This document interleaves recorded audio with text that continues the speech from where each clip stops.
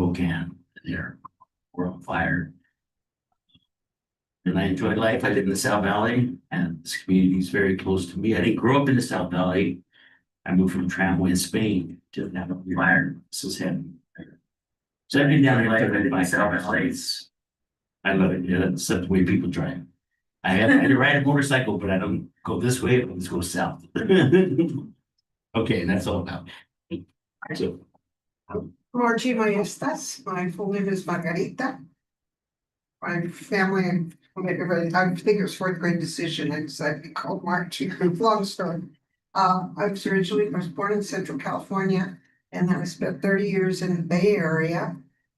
My background was first I started as secretary in the community college system in the Bay Area, and then I ended up teaching 6 years later. So I finished 30 years with the community college system as a business teacher. What I'd like to share with you on a personal basis is part of my career was about 10 years was with the NAS program, which I know the name is here, but it was taken from our program. It started here after I moved here, and I know we were there long before. But our goal was to retain and to transfer our Chicano Latino students. And we started as a very small program and expanded and had great success.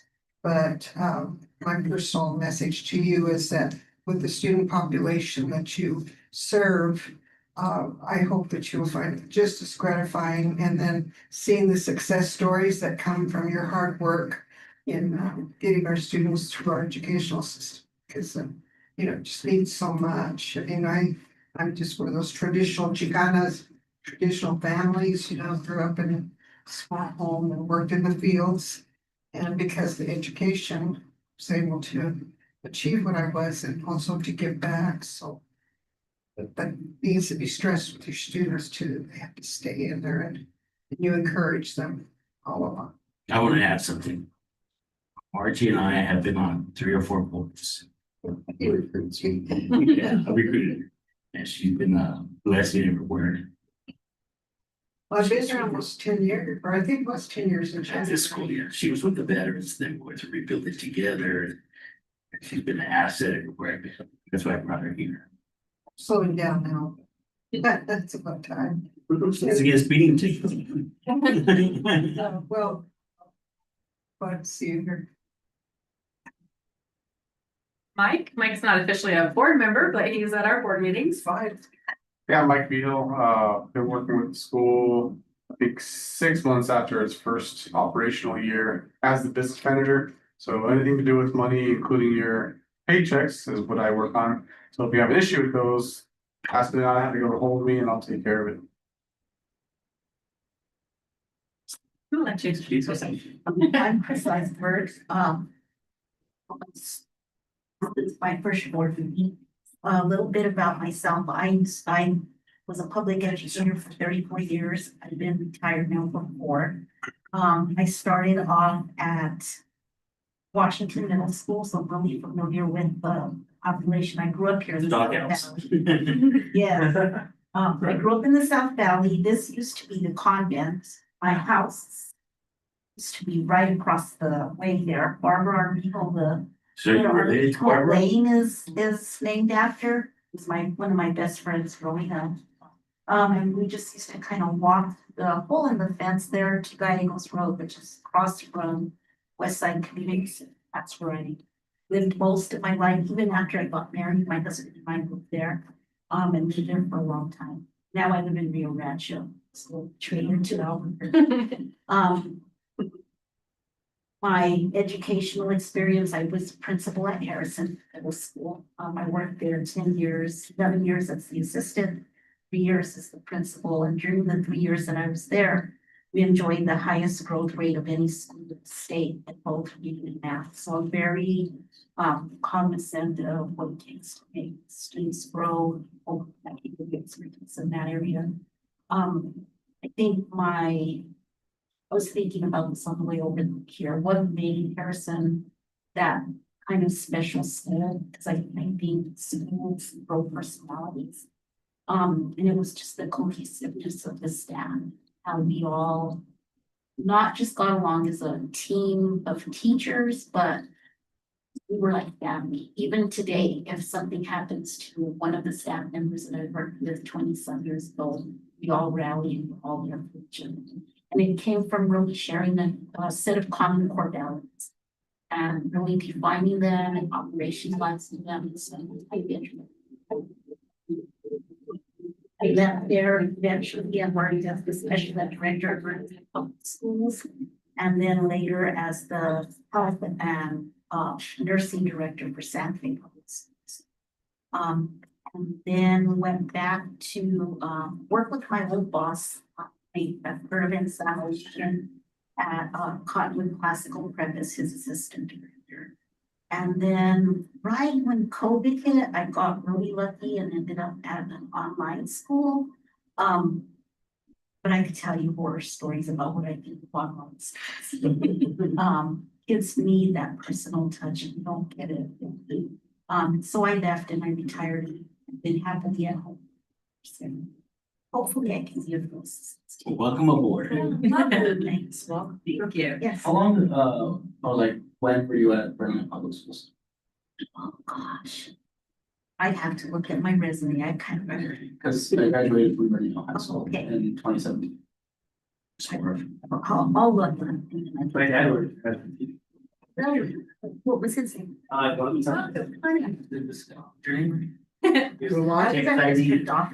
know, a special ed. You sit here. Big chunk of my life was compliance. So welcome, thank you for being here. And then online, we've got Anthony. Anthony, can you come on and just introduce yourself? We've got the new staff here. And we were starting with the board, just introducing themselves. Show us the baby. Hello, my name is Anthony Baca. I was hoping to be there today, but I had to pick up my son from school. But looks like a beautiful start to a brand new school. Thank you. Awesome. And then we have Mr. Paul Rail who walked in now. I'll let him introduce himself before he gets to get comfy. My name is Paul. I'm the GC president and I've been here since the very beginning before there was anything here. So just glad to see some new faces and look forward to having some old faces. Meeting you all. Awesome. Okay, well, I'm gonna come on over to Ms. Tafoya as one of our veteran teachers. We replaced this year of our 13 staff. We replaced or brought on 8 new staff members. So Ms. Tafoya is one of our originals. So why don't you introduce yourself? I am Ashley Tafoya. I survived. I am doing the, I don't even, what is it called? Navigator role. I had 3 kids graduate 3 years in a row here, and my youngest started coming here this year. Like, Yeah. more. My name is Jeff Strohecker. It's my first year here. I'm going to be teaching history. This is my 20th year in education. I've taught at charter schools, private schools, and big schools. I've also done a lot of coaching as well. Also, where I have 17 worldwide, so. Then I also am from California. I went to Golden West College in Huntington Beach, California. So I'm familiar with some of them. I'm from Yeah, that's for sure. Central But- and North. yeah, it's a little bit different up there, but I've been in some of those places, but 22 years teaching history, and I've been in a couple different capacities, dean of students, as well as special education coordinator at some other schools. So, Okay, welcome. thank you. Welcome aboard. My name's Stephen Calloway. I've been in education for about 10 years, 5 years in public school. I've done pre-K through 12, reading intervention, science, and visual art. I graduated from the University of Utah and moved down here because the Georgia O'Keeffe Museum offered me a position. So I did that for the summer and stuck around starting at middle school. I just moved from middle to high school this year teaching science and art. And we're really looking forward to the kids that we've seen for art classes for a very long time. So along with science, Mr. Calloway will be teaching an art class when they're learning.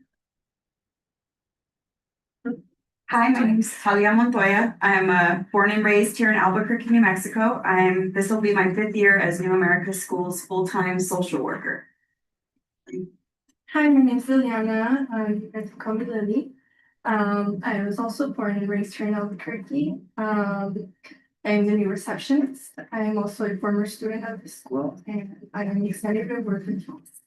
Your first name again, I'm sorry, I can hear you. Lily. Lily. Lily. Lily, okay, thank you. She just graduated last year. Sarah. Yes. Wow, I thought you worked here for like a couple of years too. She's got a month on all you guys. Actually, no, it's like a week. So it seems like a lot more.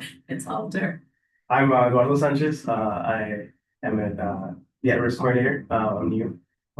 And so it's cool. I was working at Mandy's farm before, pretty close by. So we were doing a lot of farm work, a lot of cool agriculture stuff. So when just being around here, kind of like what I've been used to for a long time. This and Duranes. So I'm kind of more from that area of the valley. But yeah, I love it here. And then just being in this school, which I didn't know existed, I like a lot. Right, I'm Michael Aguilar, also Albuquerque born and raised. As I had mentioned, I graduated from Bernalillo High School in 2017. So at least I'm not the youngest person. Sorry, Lily. Yeah, I've kind of a new educator in my career. I did substitute teaching through Kelly Service for a couple years. I completed CNM's alternative teacher licensure program last year, or in April rather, last school year, I guess you could say. And my ultimate goal is to become a social studies teacher. And so I'm hoping that as the school expands, there'll be an opening for that for me. And same thing, I same thing as Eddie here. Just kind of looking for work for this school year. And then I found the school, applied, they reached out to me right away. Everything's been great ever since. I absolutely love it here. I still live in Bernalillo, by the way, so it's a bit of a trek to get here, but I don't mind it. Like, I think it's worth it. I love coming in every day, and I'm glad. I like being in the school system, I'm looking forward to the rest of my career as it progresses. And maybe one day my resume will be as impressive as all of yours. It's just the years. Yeah. That's before you know it. So I'm Angelique Counter. I completed 19 years of teaching at Oni Powell Middle School and across the road from here. I also from New Mexico. My family is more from the north, Mora. But I grew up in the Albuquerque area, and my husband is actually an alumni of Valle Vista and then Oni Powell and Rio Grande High School. He graduated from Rio Grande. So the year we got married, I applied at Oni Powell, and Bernadette Cuerva offered me a position, and it felt like kismet because I was going to be working at his old middle school, which it all kind of worked out for what it was supposed to be. But I have my special education license and level 3 license, and I started there as an intern. I've taught a little bit of everything, but specifically my main areas have been language arts and social studies.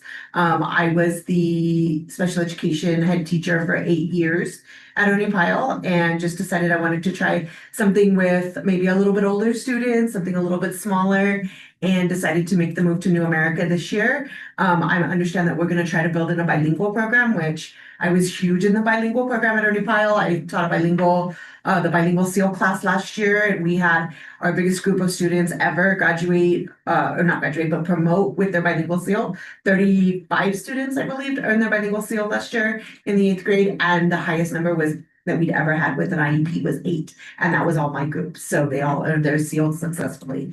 So I'm hoping to bring those skills to New America, and so that our students here can continue to starting being able to earn their seal, especially the ones that have come up through the elementary and the middle. They've gotten their seal at both levels, and they want to be able to earn that seal there at their high school as well. So that's my goal, is just kind of build that program here and build New America even more wonderful and bigger than it is already. Right now I'm teaching English, and I have an avid study skills elective, and then hopefully in the spring I'll be teaching psychology and helping those kids get some credit over at CNM as well. You got this. I'm Charlotte Hufeld. I am the assistant. Yes. I'm the assistant business manager. I do some HR, registrar, more of the office end of the things in the school. So I'm excited to learn more about the finance side and the legalistic sides of the school. Yeah, she got this. Hi, I'm Joel Tercero. It's my 4th year. It's my 4th year back here. I'm excited to see what happens. I'll be teaching English. Yeah, it's gonna be great here. I'm excited for it. Elijah Henderson. I thought I was the youngest person in the room until 5 minutes ago. I graduated recently from New Mexico Tech. I grew up in Albuquerque, and I'm teaching math and financial literacy. So with that, we are fully staffed this year. To a point where we Don't have. everybody. If you want anything, ask her. She'll get it. Yes. But it's been a wonderful, wonderful start to the school year with such a great new staff. Everybody's got such high energy. It's been really exciting, and I'm really looking forward to it. I also would like to really thank you guys extra. We've always had staff stay for our first board meeting of the year, but usually the day ended at 4 and then they stayed till 4:30, and now you all end up 2:30 and they're still here. So I appreciate it. The only one that we don't have with us here today is Greg. And you guys know Greg. Greg has been here also since not quite the beginning, but I think 2013. So Greg has been here, and then that is our full Agila staff. So we'll talk a little bit more about the new mascot later in the meeting. But thank you guys. You are welcome to stay, see how board meetings go. We're also welcome to go. We'll see you all tomorrow. I'm welcome. Yes, you're welcome. Pull up the chair. See everybody next week. I'm gonna run to the restroom first. Okay, I didn't say we were yet. Oh yeah, we moved to. Oh, 9. That's great. Because my mom does. Oh. Yeah. That's the one. Earlier than I. I did. One more step, remember, Mr. Ray, I don't know what the people are. I'm looking at the room now, she's looking, I'm like, where I can look at the room and go, okay, I know exactly what I'm missing. Not there yet. Nice meeting you guys. Coming back, Lily. Yeah, I hope you feel better. Thank you, I'm feeling better already.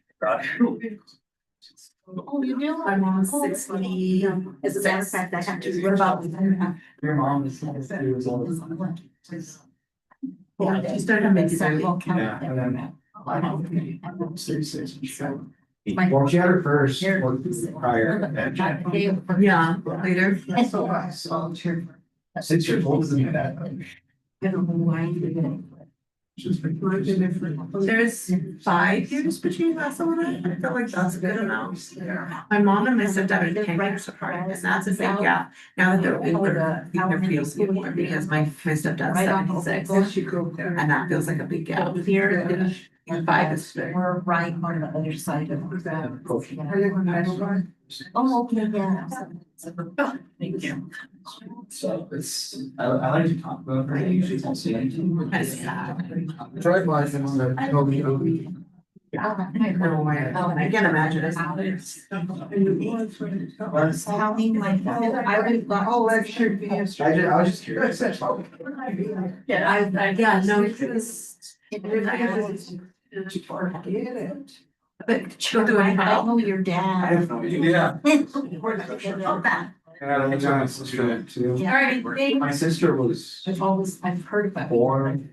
Oh, yeah. Nice meeting. Okay, so she's a little younger. So I'm so sorry, I guess we don't have people. Oh, okay. I usually have them stocked, but we've moved everything, like we moved the fridge out there and it's just. You know, so I didn't notice. But it'll happen for next year.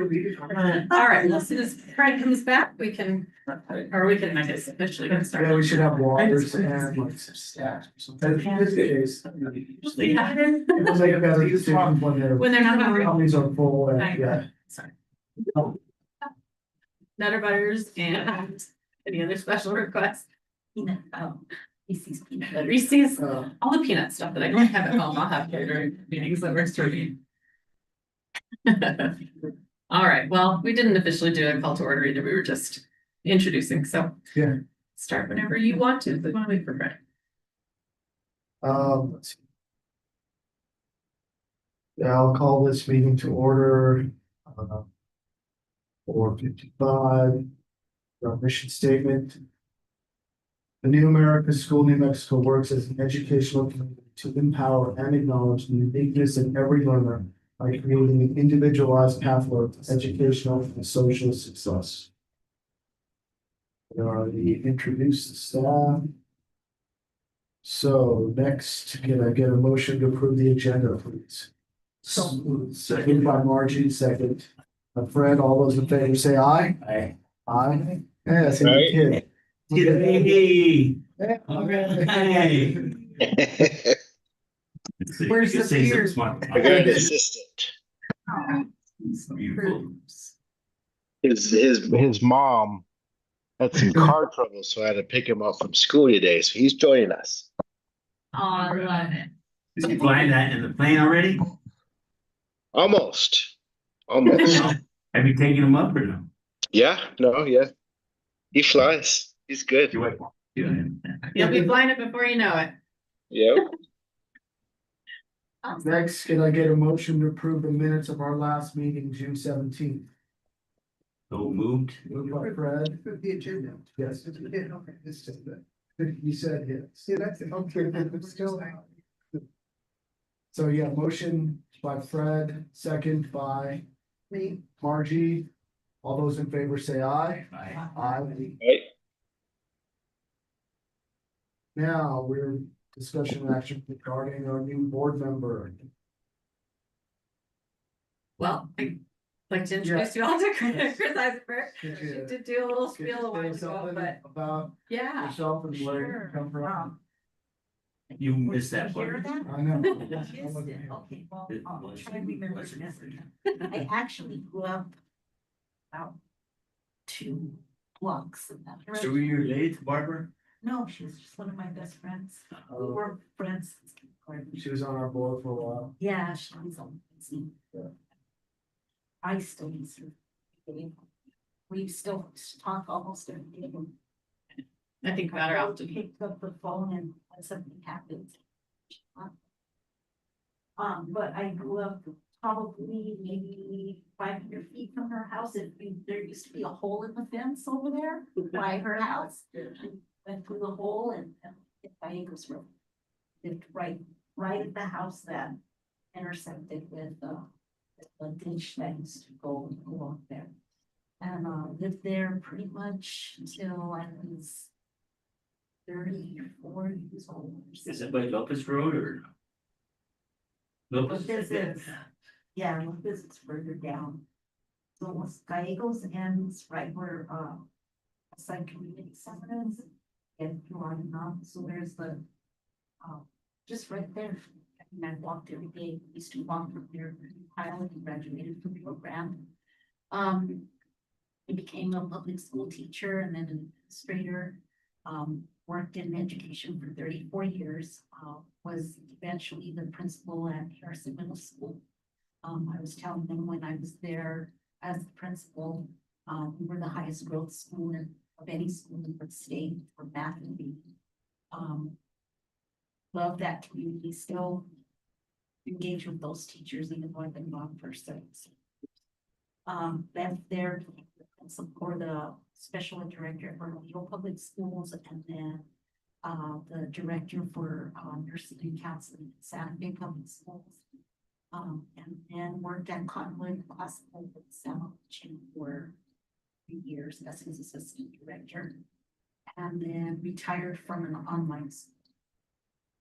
So you're Been out for diversified. 4 years. Much, yeah, I've got to try a lot of things. Thanks for. I'm really like, interested in the student services aspect of schools and student support. Kind of you can tell that from the things I've done. Really, wanting to see how this new staff gels together, how they operationalize like some core values and, that gel and those students stay together. Well, we're happy to have you and all your experience. You know what, once you join the board, you have to be here. Apparently, yes. 15 years. I have like 15 years, 10 and a half to be on chair for that. I just came into the meeting to see how the group was, Yeah, we've seen was, her. We see her on TV. functioning, and see, I know I was told I was a board member. So Nice. I guess the action is, we're gonna vote to bring you on, so all those in favor say aye, the motion is to have you as our new board member, so. Aye. Motion second, Hi, all those in favor say aye. Aye. Anthony. Aye. Welcome. Mm-hmm. And now you're one of us, thank you. Although she does need to possibly run tonight because she did have a prior commitment. But just here for a little while.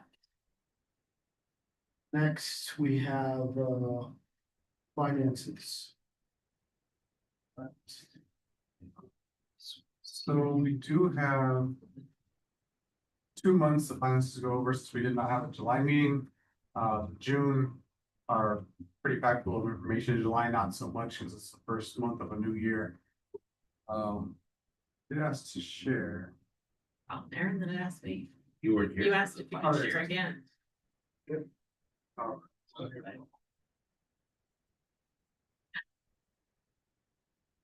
That's why I was like, I'm just checking on you.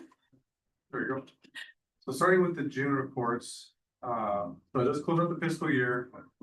As far as revenues are concerned, Jim, sorry. we received everything as we anticipated. One exception being that we got about 25,000 more in SEG than we had budgeted. The reason for the increase was that there was legislation at the 2026 session. It was called hold harmless, and essentially it was to fill the gap for schools that had a negative impact due to a funding formula change.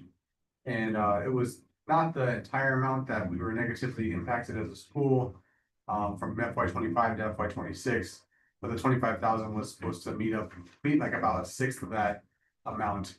So this went out to any school in the school district that was negatively impacted, again, due to a funding formula change. So one-time thing, so don't expect that the gap's gonna be filled year over year. So was it 1/6? Yeah, I would say it was pretty close. It was like, it wasn't an exact calculation of the 1/6, but that's what we anticipated based on what we had lost from 1 year. And the loss was mostly attributed to the school's enrollment. And so I made up a portion of it. But good news is it was money in the bank. We got it right at the end of July, so we didn't have any way to spend it. You know, we were closing it out. So this will just carry over into the new fiscal year. We do have a number of RFRs, so request for reimbursement for your federal and state initiative funds.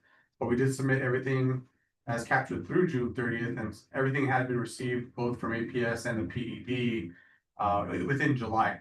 So we don't have anything outstanding that we're waiting on. There's no questions as far as what we're anticipating. There was some questions on the Title I MRI grant, but Ileana got her answers and provided the information. They got us some money within a week. So everything's looking good on the revenue side of things.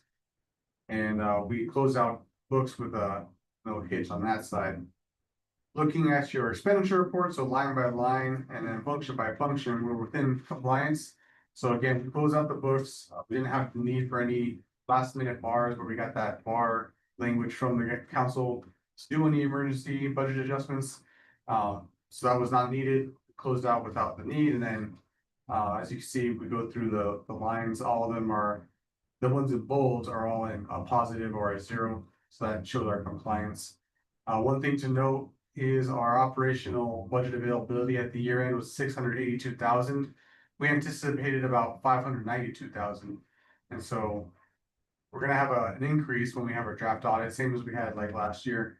A lot of it is closing out POs and closing out stuff we weren't gonna expend the rest of the year. But another part of it was that 25,000 of the hold harmless. So good news is that we'll increase our budget this year on a one time cash carryover basis. And then nothing really to report. There was not a lot of change from the May reports to June when it comes to your special funds and all the reimbursement based funds. And so I don't have a lot to report on here. One thing I do want to say is that between May and June, there was quite a bit of availability in the Title I CSI or MRI grant.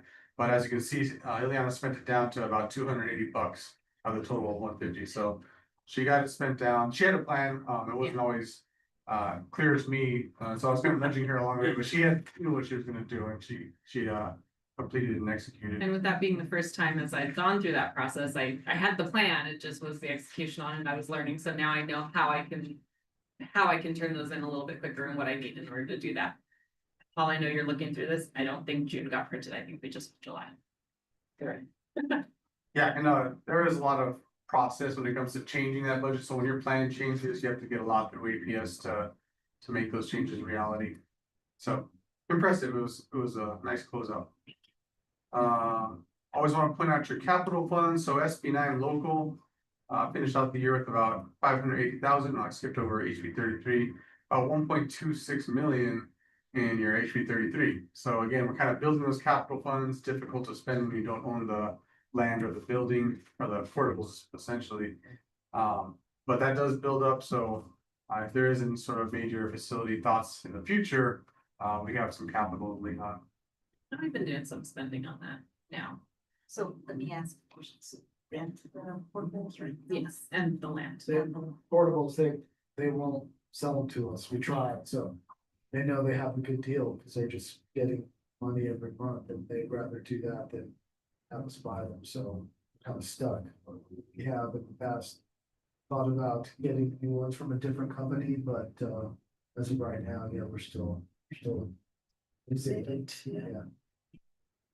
I mean, the archdiocese doesn't want to sell us a rent because we've offered millions of dollars and Multiple times. Oh, okay.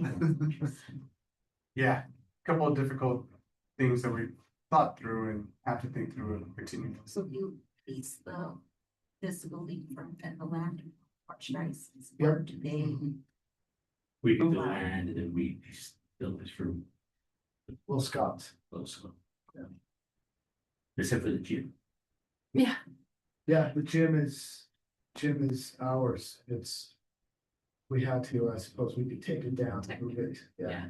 It's a bunch of Technically buildings. is what they say. Exactly. Yeah, that's how we were able to buy it. Archdiocese charge, or are they? Well, So they charge me rent. Oh, yeah, they charge. Very you bring the basket over here. Oh, the whole. Good back. Then we have the activity for the month of June. So if you see anything that you'd like some more information on, stop me and we can sort of explain more, but kind of run of the mill type of things.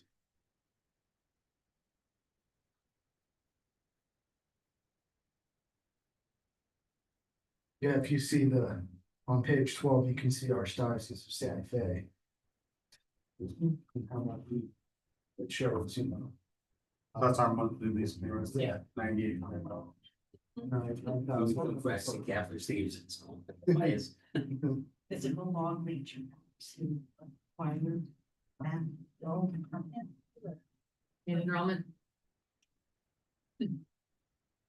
So overall, for the month of June, we had about 245,000 deposits, about 260,000 in draws. So all in all, it's close to a net zero cash flow. So how we'd like to see the year end. Yeah. Then you have your bank reconciliation. So the bank statement itself showed about 2.7 billion. Have outstanding checks of just under 48,000, so we reconciled. That's where this, it looked like I wiped out, I don't know what that's for. It's white area, but anyways, our adjusted bank balance was at 2.64 million. And as we always have had, it's always important to understand what this is made up of. So 775,000 is unrestricted, so essentially operational cash. The rest is restricted, so that's capital funds, 1.87 million. So that's where our bulk of your cash is, has been for many years, and it just keeps building again because it's difficult to spend when you don't own what you're on. Then we just have the outstanding checks, nothing too old for the month of June because and these mostly I'll clear out live and I'll show that. Then we have a balance sheet, so anyone that's an accounting nerd can tie everything back to the bank reconciliation, show you fund by fund how much cash there is. And then this area here is that's where we started the fund balance, and you'll see the next year it's actually close to that amount again. I can ask another question. So on that, money that's carrying over and building up, is there a time limit on spend? That's the fortunate thing both with Senate Bill 9 and House Bill 33 is that they're non-reverting funds and can carry over any amount indefinitely. And the reason they have it written that way is because one, it's property tax collections. So if there's ever a reversion, it'd be difficult for a county to collect it back and then distribute to all the property owners. I mean, it's almost an impossibility.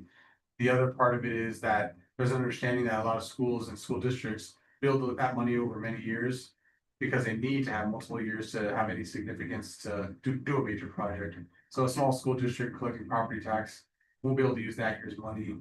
You know, they have to build it up over time. And so I don't think that'll ever change. It would take some major legislation for that to ever change. If it does, then I'll be at this board meeting saying we're ready to move. Yeah. We need to figure something out. But good question. Is there any questions on June? I think everything ended really well. We'll be starting audit on Friday. So the auditors will be here after we submit some documents. They'll be here September 8th. They'll be bugging me and Ileana for a bunch of documents, reports, and Have we signed everything? Has everyone signed? no. Yeah, so there's a lease assistance thing. I signed. Yeah, so I'm marking So what you said. I tried good, I told my good, And we can look at that before you guys go today. Yeah. And then, yeah, the audit one keeps kicking back to me. It tells me I need to sign it, but it kicks me back, so I just need to reach him. which is the audit one. Is it the When he was able. engagement letter? The CLA, Yeah, that doesn't come to me, I guess. Yeah, I don't sign them. So. No, yeah. I signed it. so yeah, you had signed it, but every time that they send me a link, it kicks it back, so I'll reach out to them. All right, so just jumping through July should be a little quicker, and I apologize for the length of the report. Always the most exciting stuff, but for the month of July, you can see revenues are relatively empty. We got our SCG, got $100 in activities, and page here.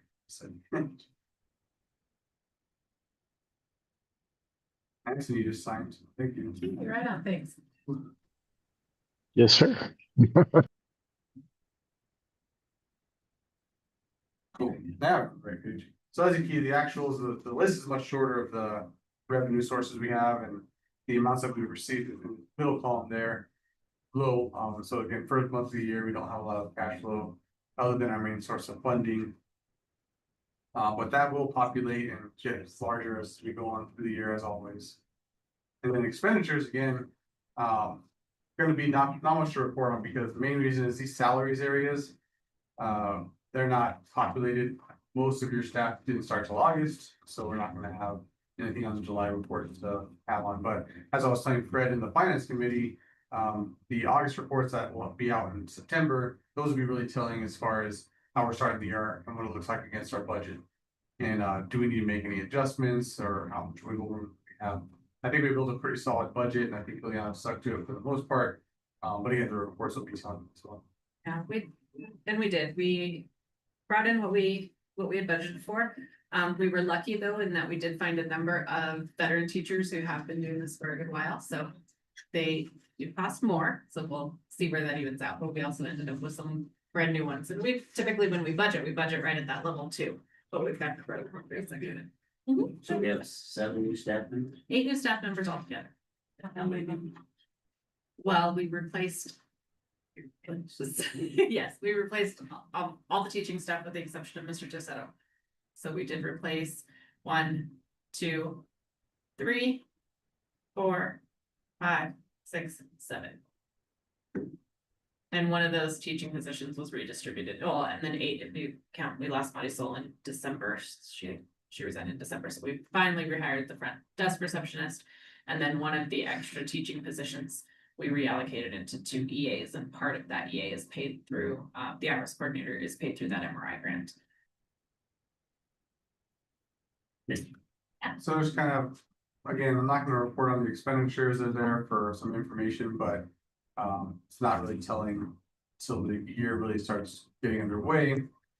But moving on to the activity for July, what you will see is that there are a lot of large payments going out, especially to things like educational retirement and retiree healthcare. And the reason being is that as we close out teacher contracts, that builds up a lot of payroll deductions that by law have to be paid out 100% in July to close out June. So generally kind of large, as you can see, like ERB was a $47,000 payment. That's not what a normal month looks like. That's like probably 3 times what a normal month looks like. But we budget for it. We are prepared for it on a cash basis too. So everything's good. Another large amount that does go out is your annual insurance.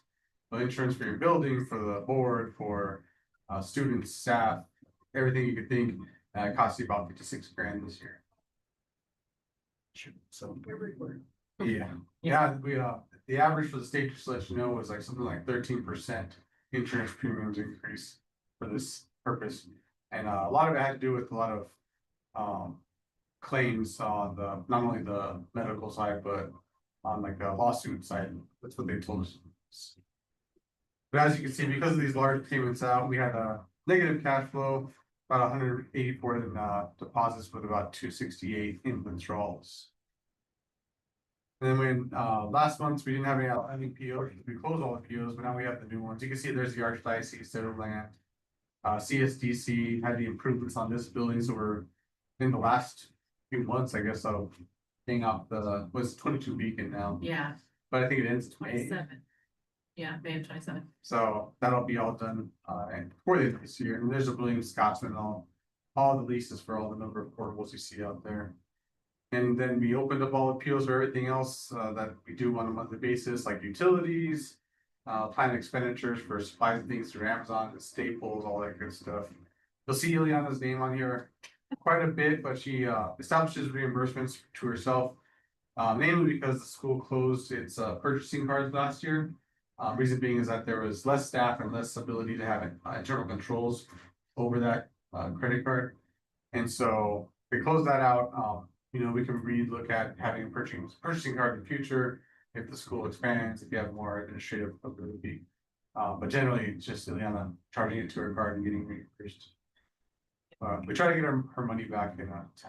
Get points. Get points. And that's why I was like, I need to start getting a better credit card. Right. No, but it's things like vehicle gas and stamps, the post office, places like that won't take. Stuff. Yeah. So as you can see, there's 3 pages of POs totaling number 81 of them. So Ileana and I have been busy opening all this stuff in July. Then our bank recon, as you recall, it ended at about 2.7 million last month. This month it's about 2.6. Again, we had that negative cash flow for the month of July. About 30,000 in outstanding checks. So we reconciled to the GL at about 2.56 billion. And again, just showing that 1.85 million of that was restricted funds. But still a decent amount, 710,000 in operational cash is nothing to blink an eye at. That's a large amount. I don't think that's compared to other schools. Really well. I mean, schools this size, especially, I should say. Obviously, a larger school is going to have larger amounts of cash because of capacity, all that stuff. But for a school around 100 to 150 students, it's you guys are on the higher end as far as reserves. And we've always tried to keep it that way, even though we got dinged for it. 1 year. Yeah. Right. So 1 year out of 20, not too fast. Yeah, there was 1 year the state was in trouble and they pulled back money. And I don't even remember how much we had to get back to be honest. Oh, no. Yes. When was it? We had the renewal. That's where it went. That's when it came up as an issue, right? Yeah. Saying, oh, well, you should only have too much money. this much, you should be spending it on your kids. All cars. They have nicer cars than most.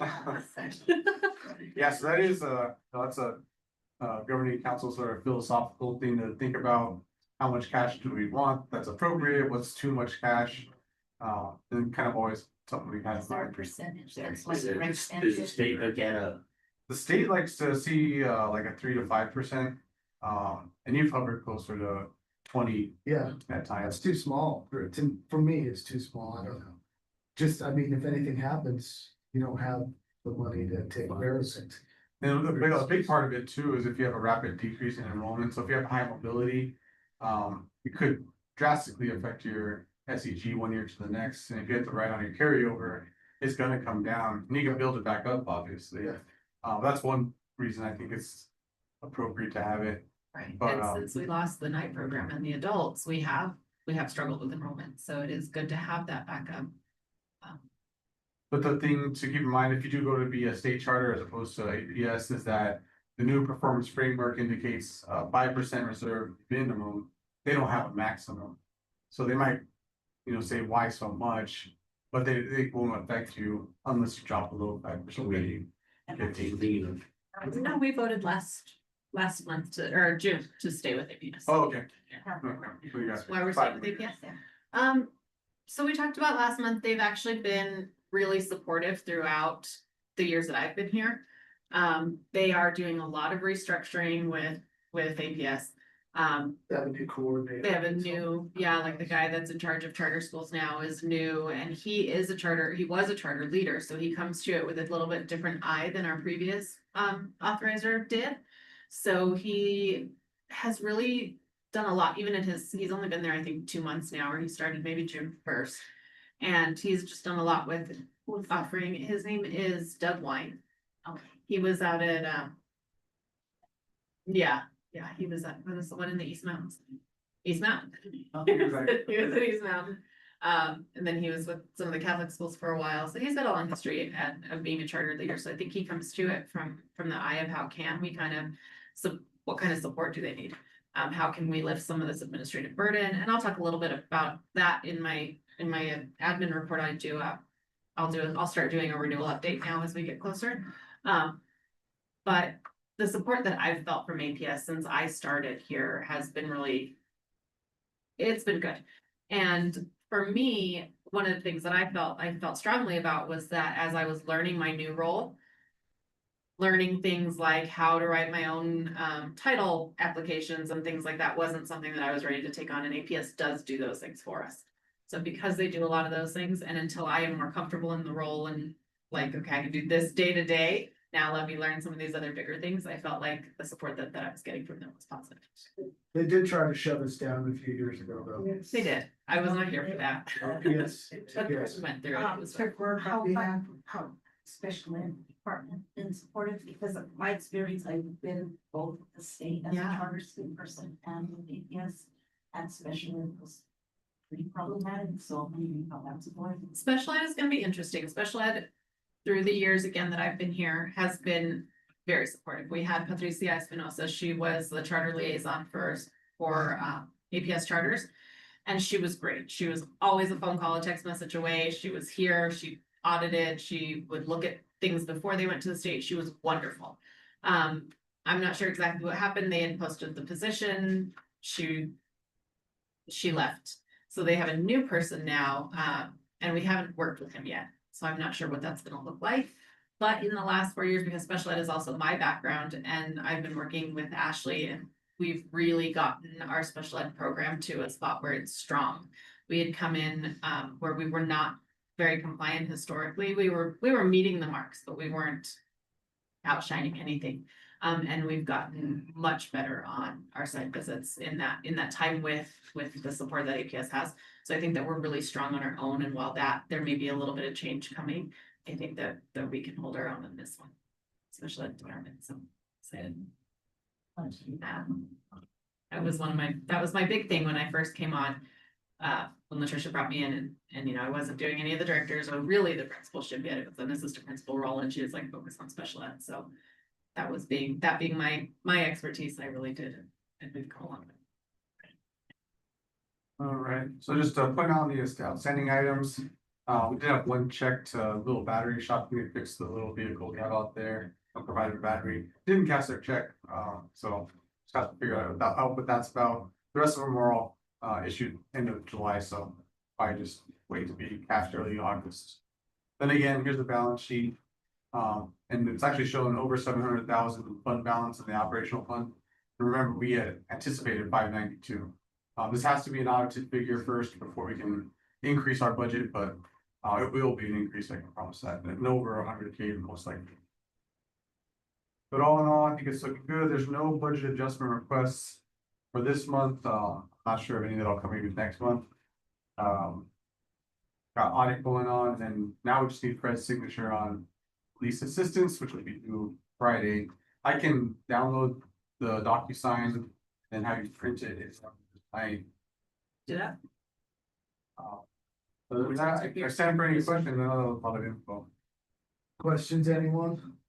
I just wanted to comment, Chris said, we have a finance committee, you're part of it, right? Yeah. And they meet regularly, or meetings with, Mike, to go through the financials in detail, so don't be overwhelmed by it. Yeah, we go through it before and Yes, and so, I mean, yeah. it's to be discussed, I think, signed for these February order. So Mike does an excellent job. Camping everything. Try to know a little long. We didn't work on it. Right, thanks. All right, well then, can I get a motion to approve the finances as reported? Moved by Fred, second by Margie. Any further discussion? Not all those in favor say aye. Aye. Aye. Thank you. Unanimous. Next, we have discussion and action regarding changes to the mission statement. I think last meeting we talked about, we're going through renewal and now was a chance so we could change things and make it, how exactly we want it and maybe have a little bit of what it used to be, English language immigrants, put that in along with how it is now and combine them or go in any direction we really want to. It's going to be about, how we see our school moving forward. So When was the last time that we revised our mission statement? At renewal the last time, right? yes, 5 years. 5 years ago. yeah, it was 5 years ago. Yeah. Because I was just gonna ask why we been doing it. We don't need to change the mission statement. We didn't need to change it back then, but it was a way to show that, we're dealing with something new and trying to show that this is how we're doing it. So the mission statement reflects our vision for future, how we're going forward. And because we are doing some big changes with the priority schools designation and not having exited designation in our 3 years, we've been structured with that, or we've been tasked with that restructure and redesign. So if we're restructuring and redesigning the school and the programs, then it makes sense at this point to look at, is our mission still the same if we have a different type of program? And now's the time that we can do that, because with priority schools allowing us that through redesign, and then also we're coming right up into renewal. So APS has said that we can change things now for the year and then implement them we'll put them in practice, but implement them into the renewal. And our mission statement appears in which documents besides our. It's on the board, it's on the website. Yeah, it's pretty much just in the header. It's in our staff handbook and our student handbook, anything that is kind of official and legal. Those are items that we regularly revise to, I'm thinking in terms of costs. Oh, yeah. Not that there's a lot of cost. No, this one wouldn't be, pretty much everything that we have with the mission is fairly soft copied. We did have the big poster up front, but that came down as we replaced it with the mural. There's really not, it's not on, thank you. It's not on anything like, hard copy wise. We used to have it in posters in the classrooms, but some of the other things that were on the posters have changed, so the posters haven't caught back up. Quit.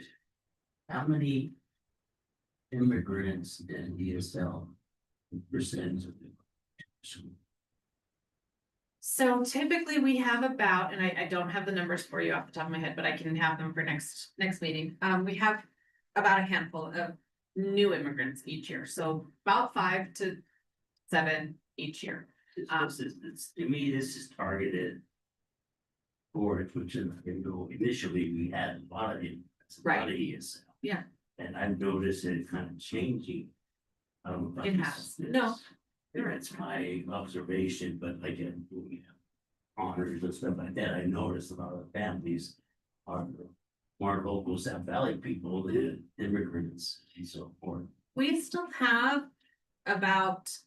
we've had about 80, so our enrollment was at about 115, and we had about 80 to 90 English language learners each year. Now, English language learners are not always correct. They're definitely not always immigrants, and they're not always wasn't their first language. It just means that somewhere down the line in their educational history, someone checked a box that said a language other than English is spoken in the home.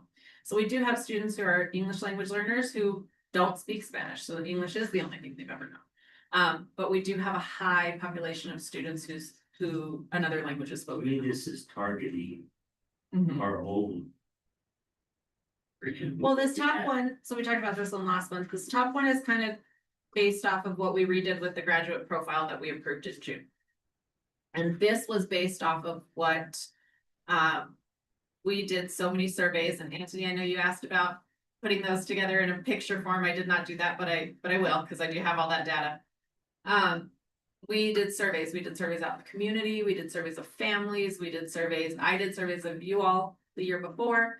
And this is kind of where we came up with what the employers in our area, what the community members in our area are looking for.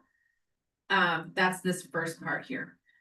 Because we did have such a higher population of multilingual learners and immigrants, and it has always been who we are, I liked the idea of still being able to honor that where we came from. There with a restructure, with a redesign, there's a lot of changes, but there's still a lot of good in what's come from New America, and I want to honor that when we move forward.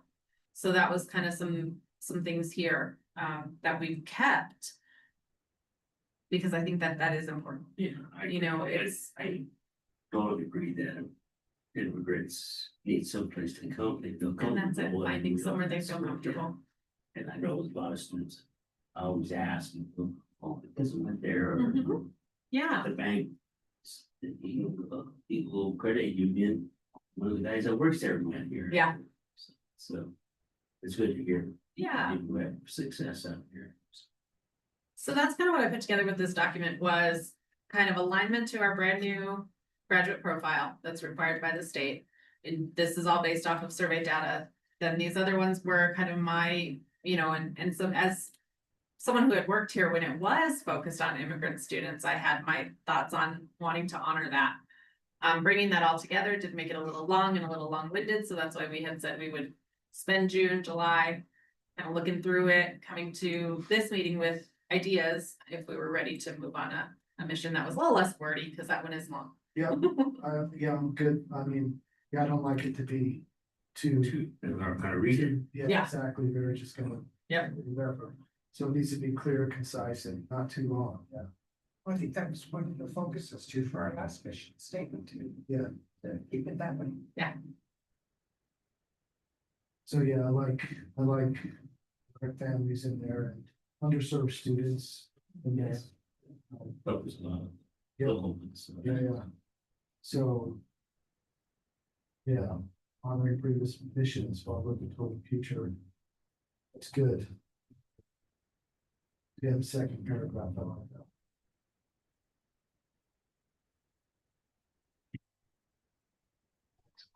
Potential achievement goals. Futures, all good. Not too long. So, each one is a separate proposal. Yeah, these were just ideas that I had put together and hoped that in June we would talk about them and kind of come up with stuff, but the board felt like we weren't ready in June to really have that conversation. So. And when do we need to have this done by? Would you like? Well, in June, you said we would make a decision in August. It needs to be ready by October for the renewal application. Well, So really by September, you can have it down. Yeah. If not. yeah, my hope in bringing it in June was that we would be able to put it on the student handbook this year and things like that, but And yeah, it's really for our renewal, because it's gonna be part of our. right, but it's also tied to our priority schools designation, which is why they wanted it done prior to the renewal. Second one, that's what we're talking about. Option 2. Right. No, Second paragraph. Oh, right. Immigrant families, but we're talking about our students. So I don't know about the word families. Immigrant students and their families. But I see what you're saying. I just, yeah, just I see what you're saying because the too. focus is there. Because we're a school, yeah, Right. students. And we don't offer any real courses or any For families to. Right. We do offer a lot of support for families, though, and I'll talk about that again in the head administrator report, is how we've switched our scholars nights to be family education focused. So we are doing family education on those evenings.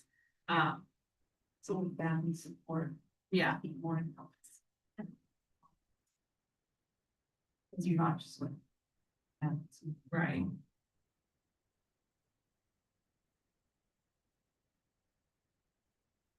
I really like culturally connected learning experiences like that.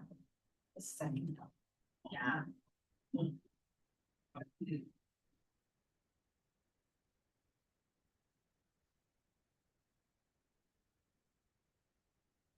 I personally, from a writing standpoint, just have difficulty with such long sentences. Yes.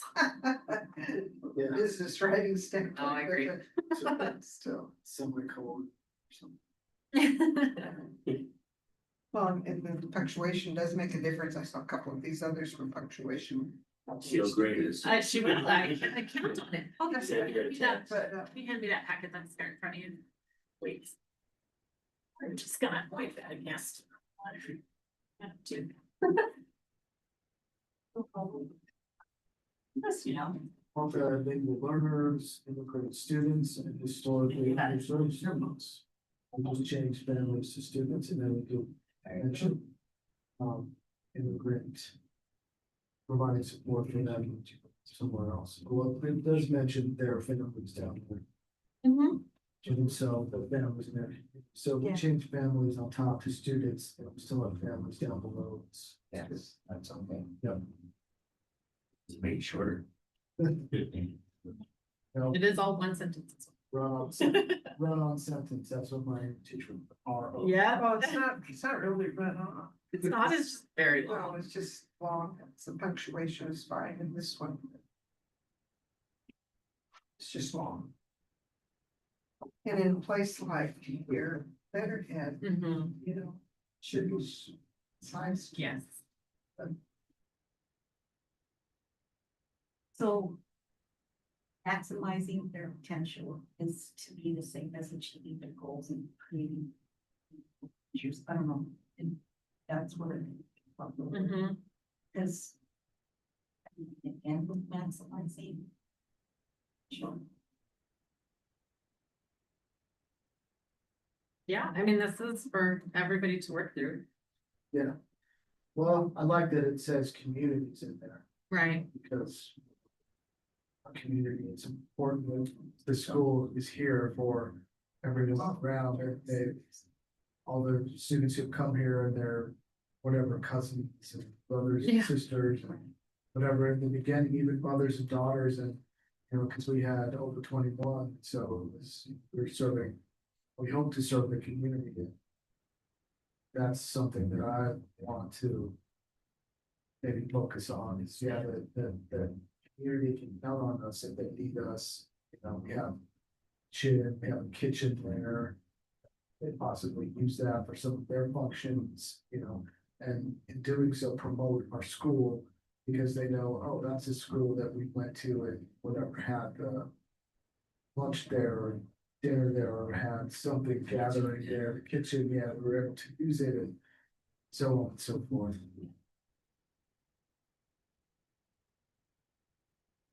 So I mean, to achieve their goals, maximize their potential are similar things if we remove just that one or the other.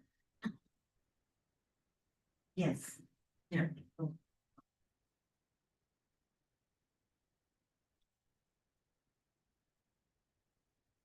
So we're looking at this second paragraph. Well, I mean, anyone else can chime in Yeah. and say this, they like anything else better.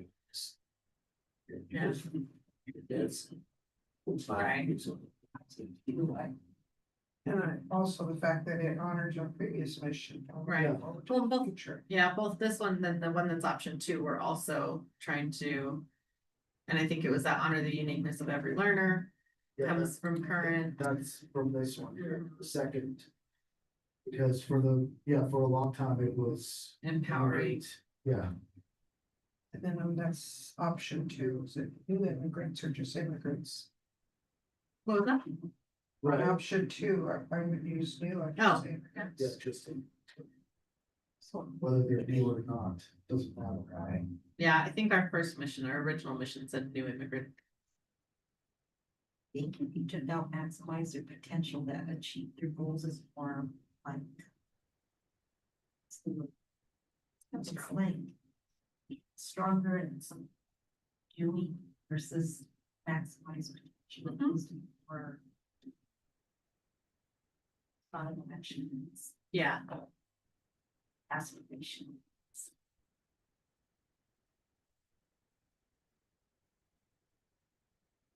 Yeah, these were all just kind of options that I had put together, like I said, as I was tossing things around. Somebody earlier in the meeting, I think Paul, it might have been you that said you'd like the option 2, because I put a star there.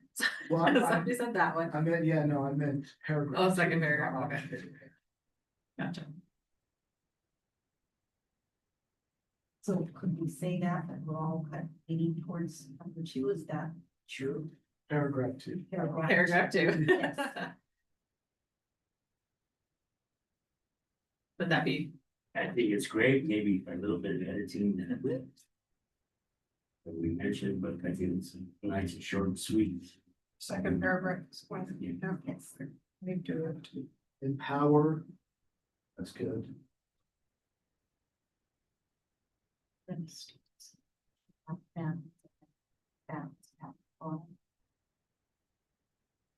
So to empower multilingual learners, immigrant students, and historically underserved students. I think that might be why I did it.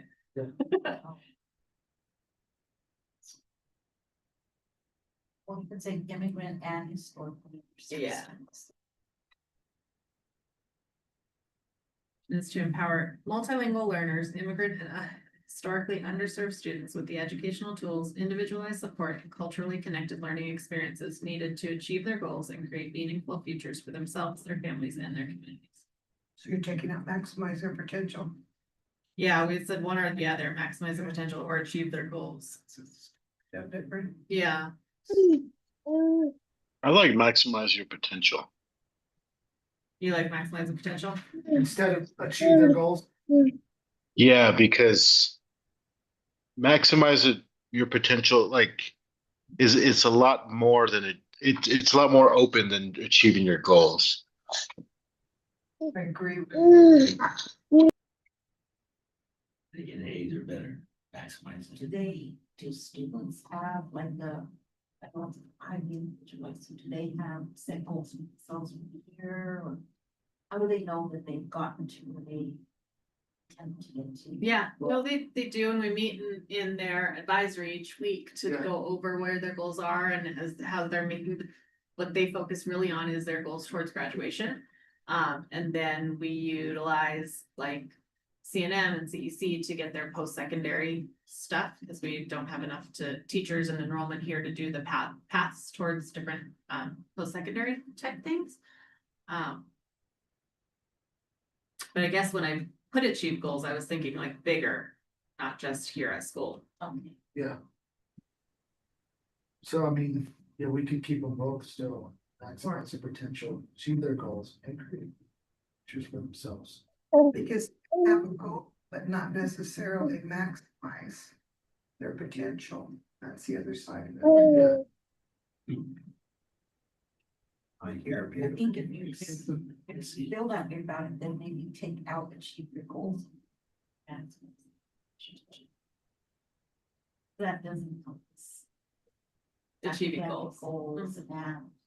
Yeah, I would you- agree I mean, I guess if you assume that if you maximize your potential, you're achieving your goals. But they could be somebody else's goals too. Yeah, what if your goals are no good? What's that? What if your goals need some work? Yeah. Yeah. Yeah, It's true too. So are we leaning more heavily towards maximize their potential? And take out achieve their goals. Yes. our mission is to empower multilingual learners, immigrant and historically underserved students with the educational tools, individualized support, and culturally connected learning experience needed to maximize their potential and create meaningful futures for themselves, their families, and their communities. Okay. Great. It's I missing like some. it. Instead of the word and, to create. Oh, to create. Yeah. It's missing something up at the beginning. Our mission is to empower multilingual learners, immigrant and historically underserved students with the educational tools. There's a something, and if I was a solid English teacher, I would know what it is. Mission is to empower multilingual learners, immigrant and historically underserved students with the educational tools. Maybe it's not. There is something is there. Our mission is to. Start students.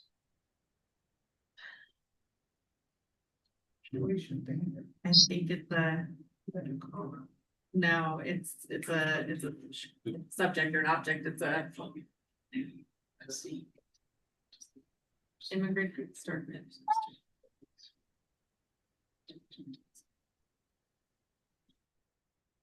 Your brain is trying to make immigrant a subject and not an adjective. But if we take families out, it becomes an adjective. That's what. That's what your brain is reacting. It's still- Mine's kind of doing the same thing, Thank but. you. But I mean, it can be an adjective. You can't be an immigrant student. Or you can be an immigrant.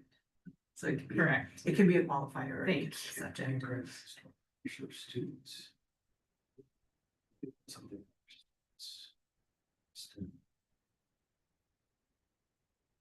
No, I think that solves it in my brain. It is that I was trying to make it. What if you take it out as an adjective and you make it a subject? Our mission is to empower multilingual learners, immigrants, and historically underserved students, because the students themselves are immigrants. Thank you. That's it. It needs the S. Then it becomes a subject in a line of 3 subjects. Thank you.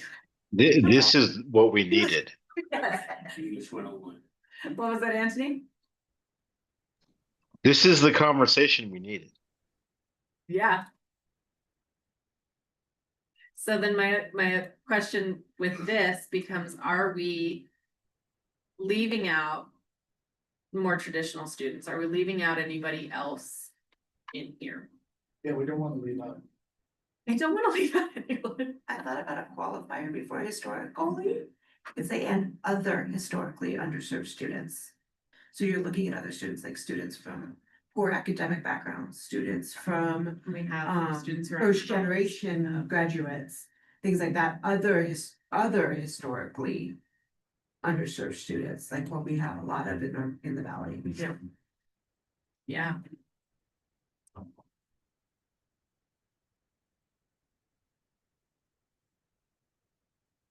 Wordsmithing will drive you crazy on mission statements. It will, thank you. I still though worry that we are leaving out those students who just come to us traditionally right out of middle school. They're 9th graders. They're not multilingual learners. They're not immigrants. Residents. How about our mission is to empower all students, including multilingual learners, immigrants, and other historically underserved students.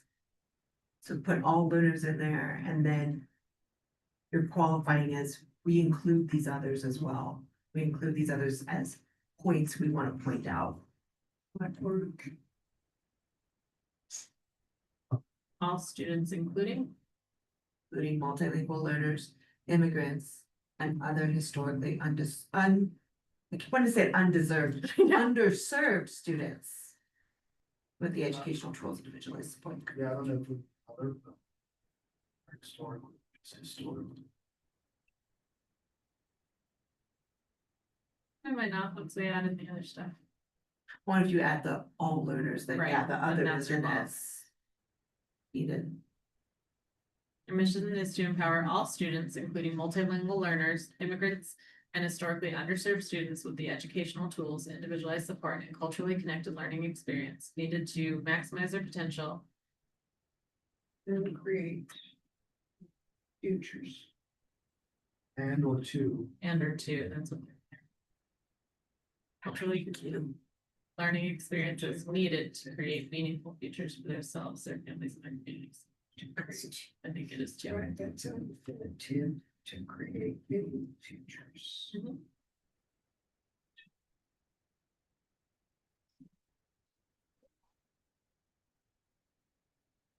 It's the shortest one we've got. We need to get everyone, everything in there, so. No, I'm just saying. And like I said, I can bring this back with I can take this with a focus and I can bring this back to us next month.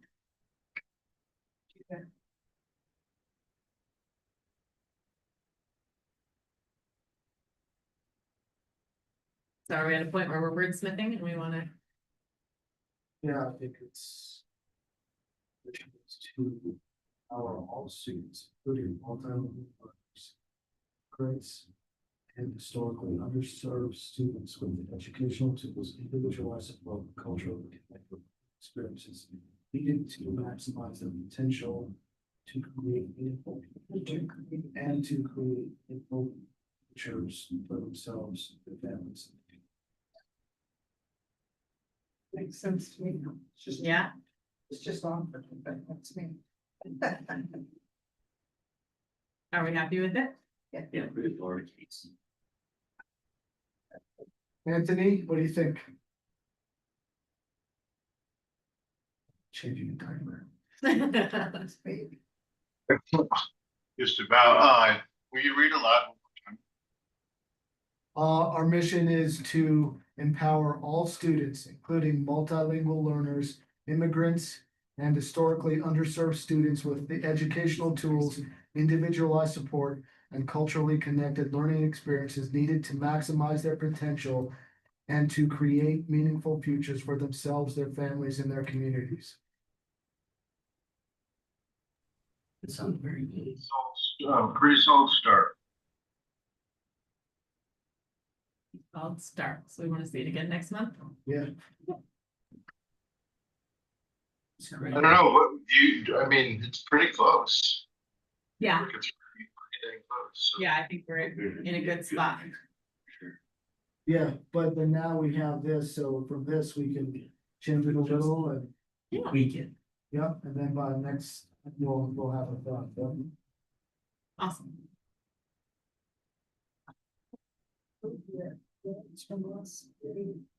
We did. Yeah, Fred motioned, you seconded. Okay, sorry, this is over. I know they were in the back, I know. Okay. That's what I heard, so. Okay, I read them, but. That's all.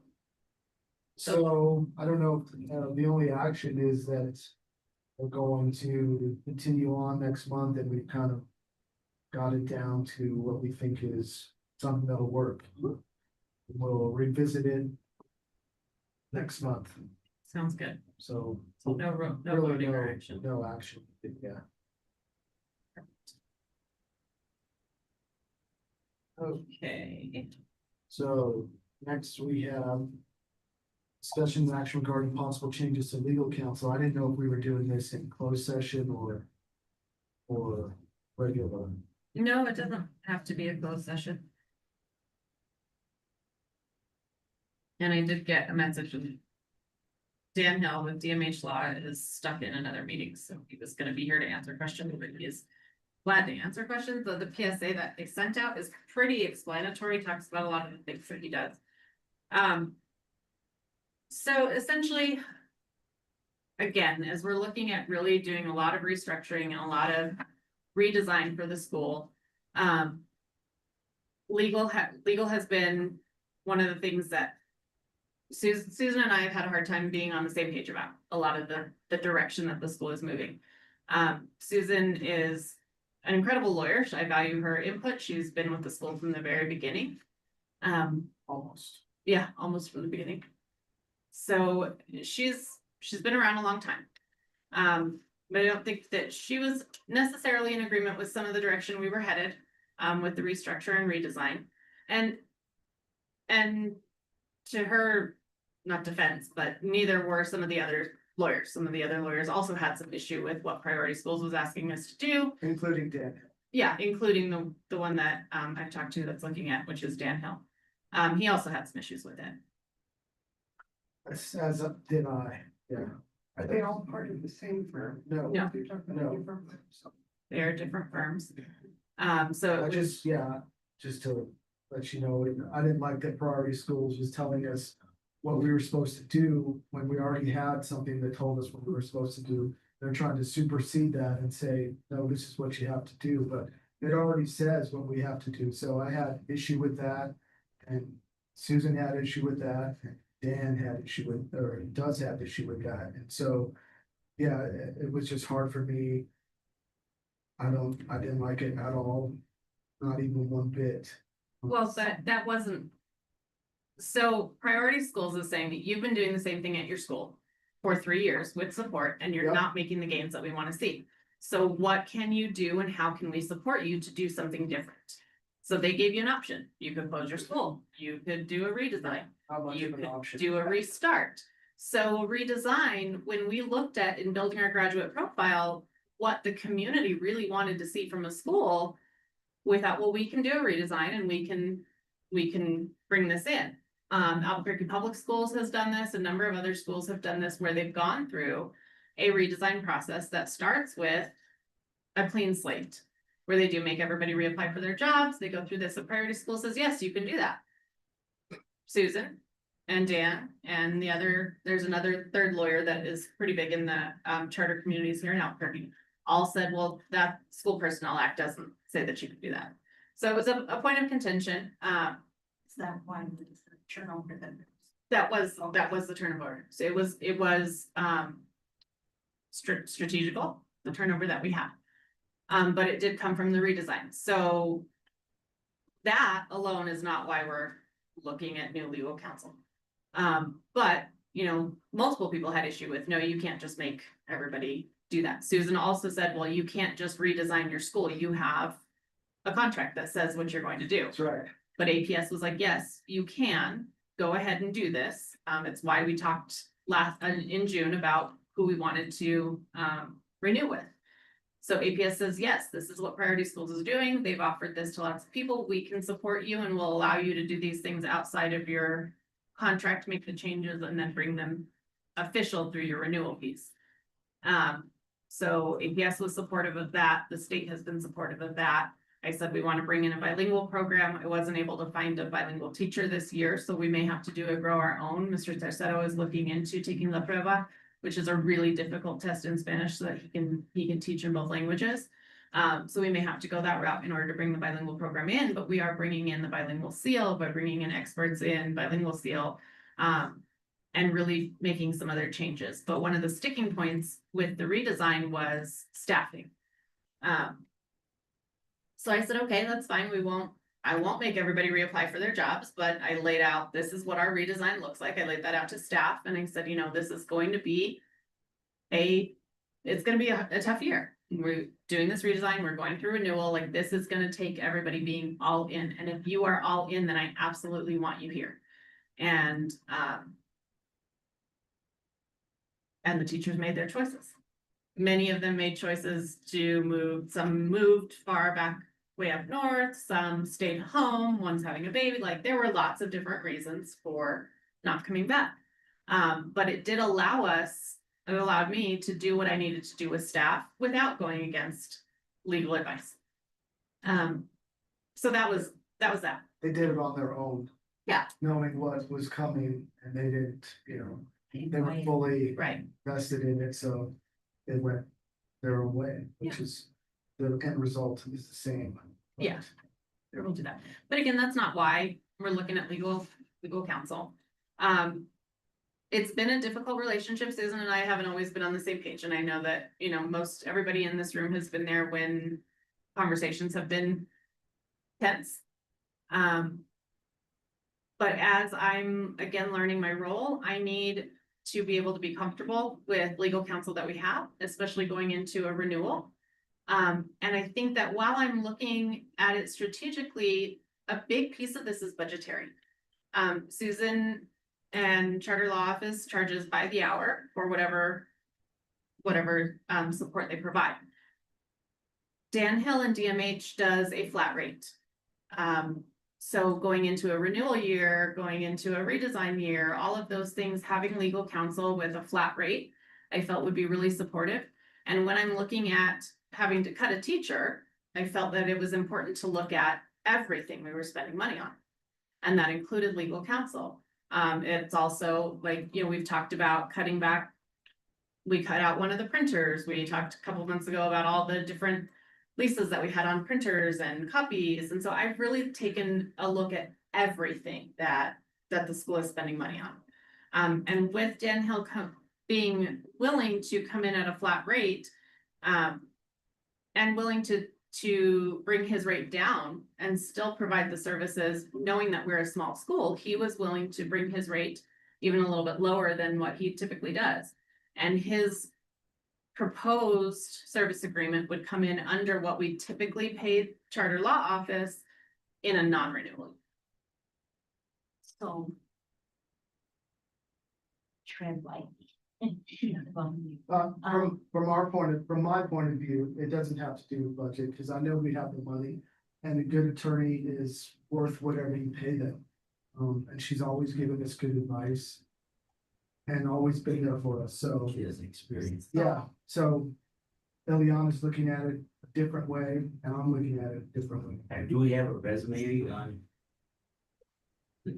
I didn't ask for. I mean, a resume. I'll tell you, I met with Ileana and I met with Susan. I met with both of them, so I got the story from both of them. And it was hard for me because I'm a loyal person, so I've known Susan for 15 plus years. And like I said, she helped us when our first principal was doing some iffy things. We got rid of her and Susan helped us. When they tried to shut us down, Susan helped us. She went all the way to the state. And so, her legal advice, never in question.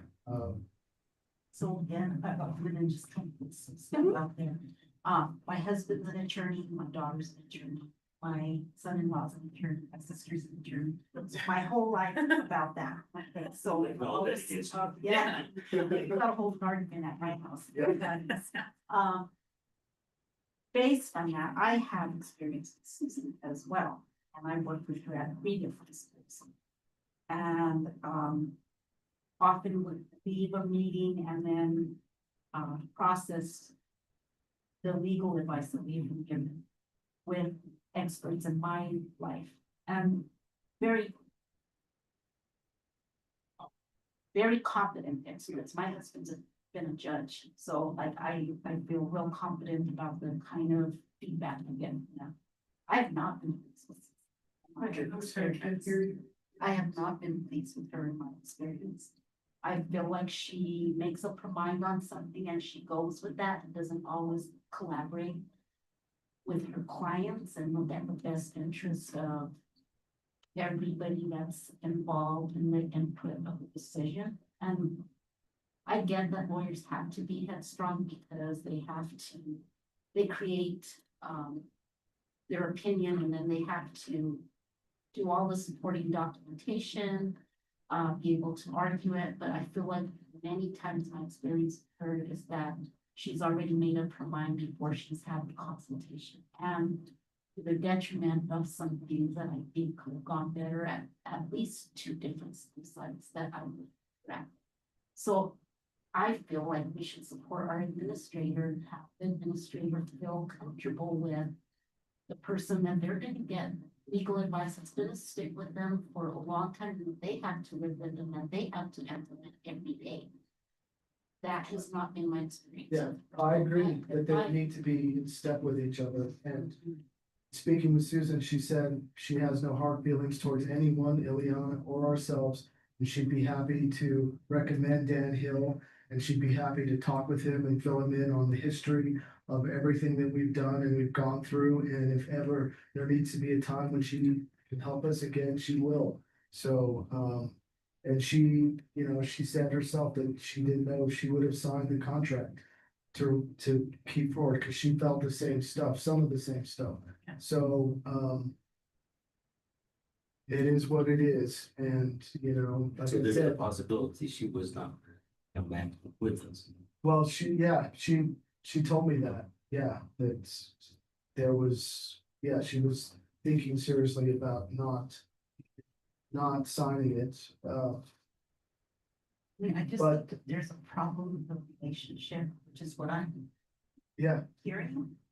That our job as a board is to make sure that the administrator is supported, that should be the first priority.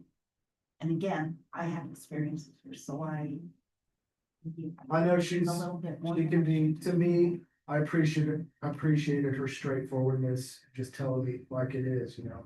I don't need like extra stuff and I never felt that this is law, so there's like opinion, but law is law, statutes are statutes. And so there's no changing it, it's just, you know, that's how it is. But again, she said she's happy to, you know, have Dan Hill, she recommended him, and she said, you know what?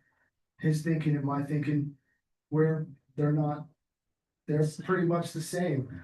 His opinions are gonna be mine, cause they collaborate on a lot of stuff, so. Because law is law, right? So, And Dan has spoken highly of her. That is, I think, where the relationship piece goes. It's not, like you said, straightforward is one thing. And I didn't want to bring this to speak ill of Susan. That was never my intention. Straightforward is one thing, condescending and not supportive is another. And that is how I felt throughout this year. And I gave it a solid year. We started having this conversation back in December. Paul and I, where I was not feeling supported and I didn't feel like, Did she hear you when you brought up concerns or like? No. So one experience I've had is that, yes, the law is the law, but the approach and the emphasis and the change an outcome. And there were a couple of times where outcomes were detrimental to teachers or to personnel that I was working with in a way that actually made a different judgment. There wouldn't have been the same outcome and it would have satisfied everybody's needs. But I just felt like she kind of had a direction she was gonna go and didn't look at all the possibilities. I don't know if that's what your experience is or if it's something more. Both. I mean, there were definitely times where I would ask a question and it wasn't really heard. I felt very shut down often.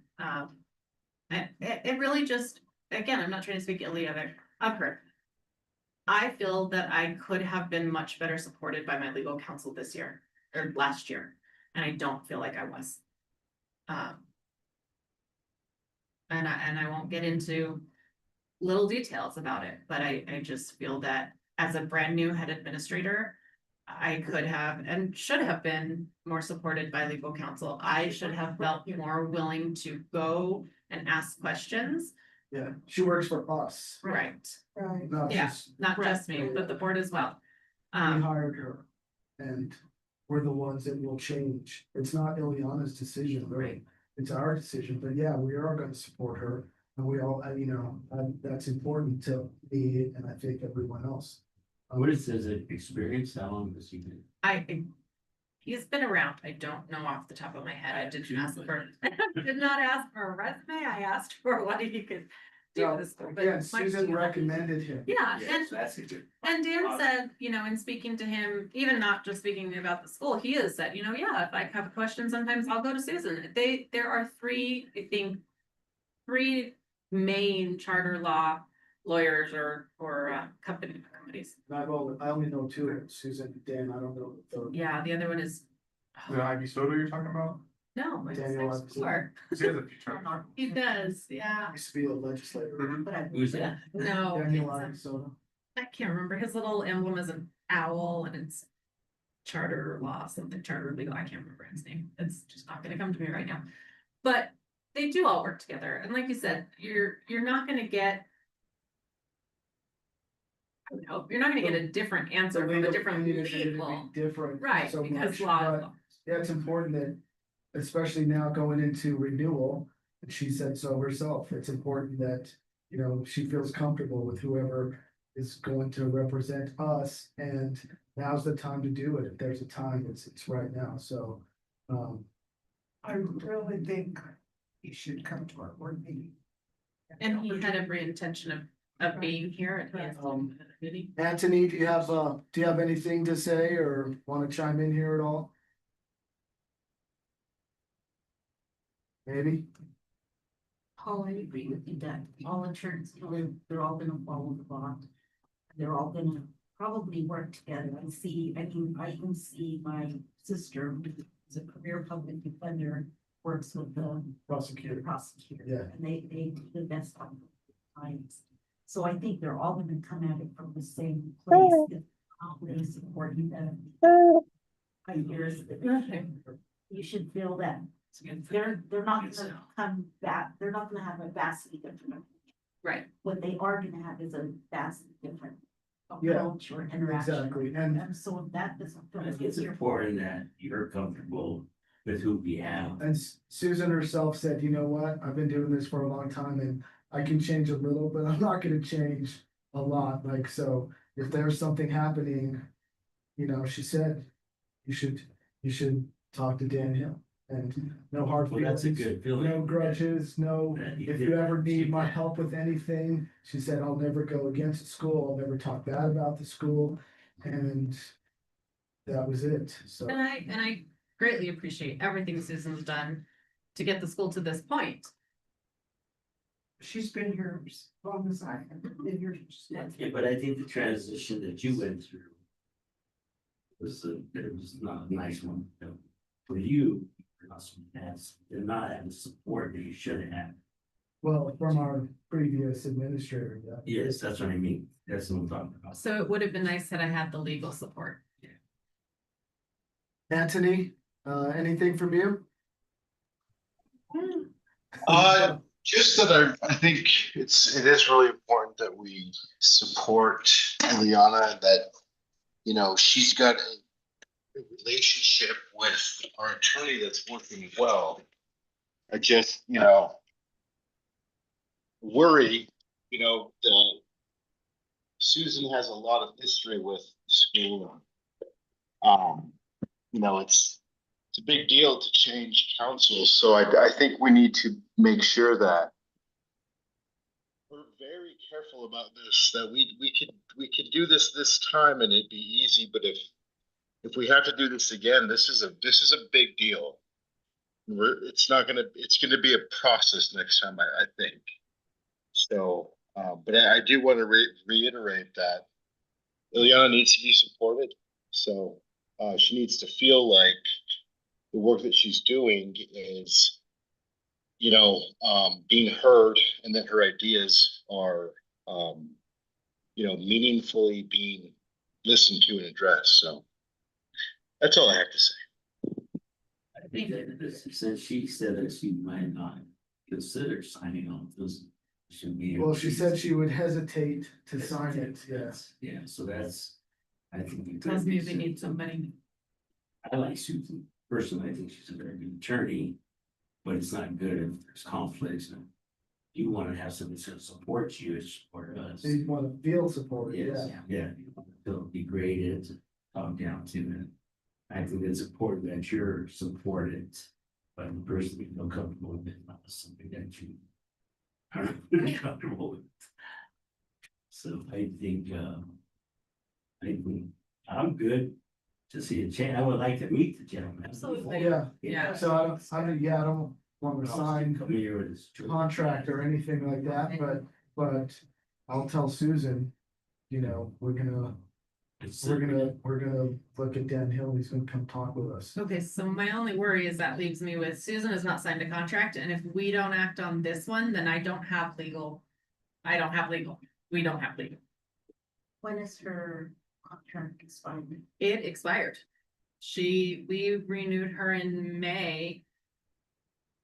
In the May meeting. Yeah. And it's not duly executed. So we're without legal representation now. So, I mean, Not nobody's really, gonna not, but yeah, officially on paper, yes. I mean, so what I would say is that we'll say that we're going to switch to Dan. Tell him that, and then we'll figure out, we're gonna have to. Let Dan know that we're. Before Susan calls him and says. Yeah, I think Talk to Dan, and I let Susan know, Yeah. I sent her an email separate from the board agenda and let her know that this was on this month's agenda. Yeah. So She was, yeah, she been knew it. transparent and she responded well, She said, yeah, that's what you should do. yes. And so she knows that we're having this discussion and she pretty much said it herself that, you know, it's time for a change and be okay. And so, yeah, I mean, if we can, I just have difficulty with his not having it before us exactly. as a group, so it's not. Yeah. Yeah, Too bad it could be. I agree. I'm just checking with him right now to see if by chance. Is he, so was supposed to be here? Yes, he had planned to be here and he just, the other meeting that he reached out is running very slowly. They hadn't got to the legal issue that he needed to present yet. And so I just asked again if there's any chance. Yeah, if we can say that we're gonna make the switch and then I'll tell Susan and then you can tell Dan and then. Let's see. And actually that might be the only thing, the way I wrote that might be the only thing we can do. Possible changes. Well, because I said discussion and action on changes to legal counsel, I did not say action on DMH contract. No, So, it was just, yeah. Keep Charles dying. Just now. Suffering from cancer. But no, huge wonder. Okay. It's not, I know, they do that all the time. This So the- person died in the show. Oh, sorry. so I think that actually the way that I wrote that is what we can do right now is decide that we are making the change to legal counsel, but I don't believe that we can approve the contract anyway. yeah, and he should come talk with us just because we wanna hear from him. Or if there's a deadline thing we have to work around. so- Yeah, but yeah. Yeah, and that's what he was, Yeah, then we can just sign the contract. Or we can meet at Potty Schools on fire. Other than that's a. Yeah, as long as we, as long as I notice that. yeah, 72 hours, we're good. So, no action, but we did discuss it. The action. On the contract, yeah. Yeah, but it can be action on changing to Yeah. changes to legal counsel. Yep, so Decide that. we've all decided we're switching legal counsel. So I don't know if I need to say, you know, can I have a motion to do that? So can I have a motion to approve new legal counsel, Dan Hill? Maybe say, we're not reviewing the council. It's already been renewed. Yeah, Oh, you just haven't signed it really, but The action is changing legal counsel. It's not the contract. you need to sign it. I sent it to you on You email. print it before. And I figured just Sign it. you know, Get it back to you. add you at the, you know. Thank you. So, Thank thanks. you. Thanks, Mike. Say good luck to your dad. He decides to go for it. All right. sir. And kind of because we have to say that.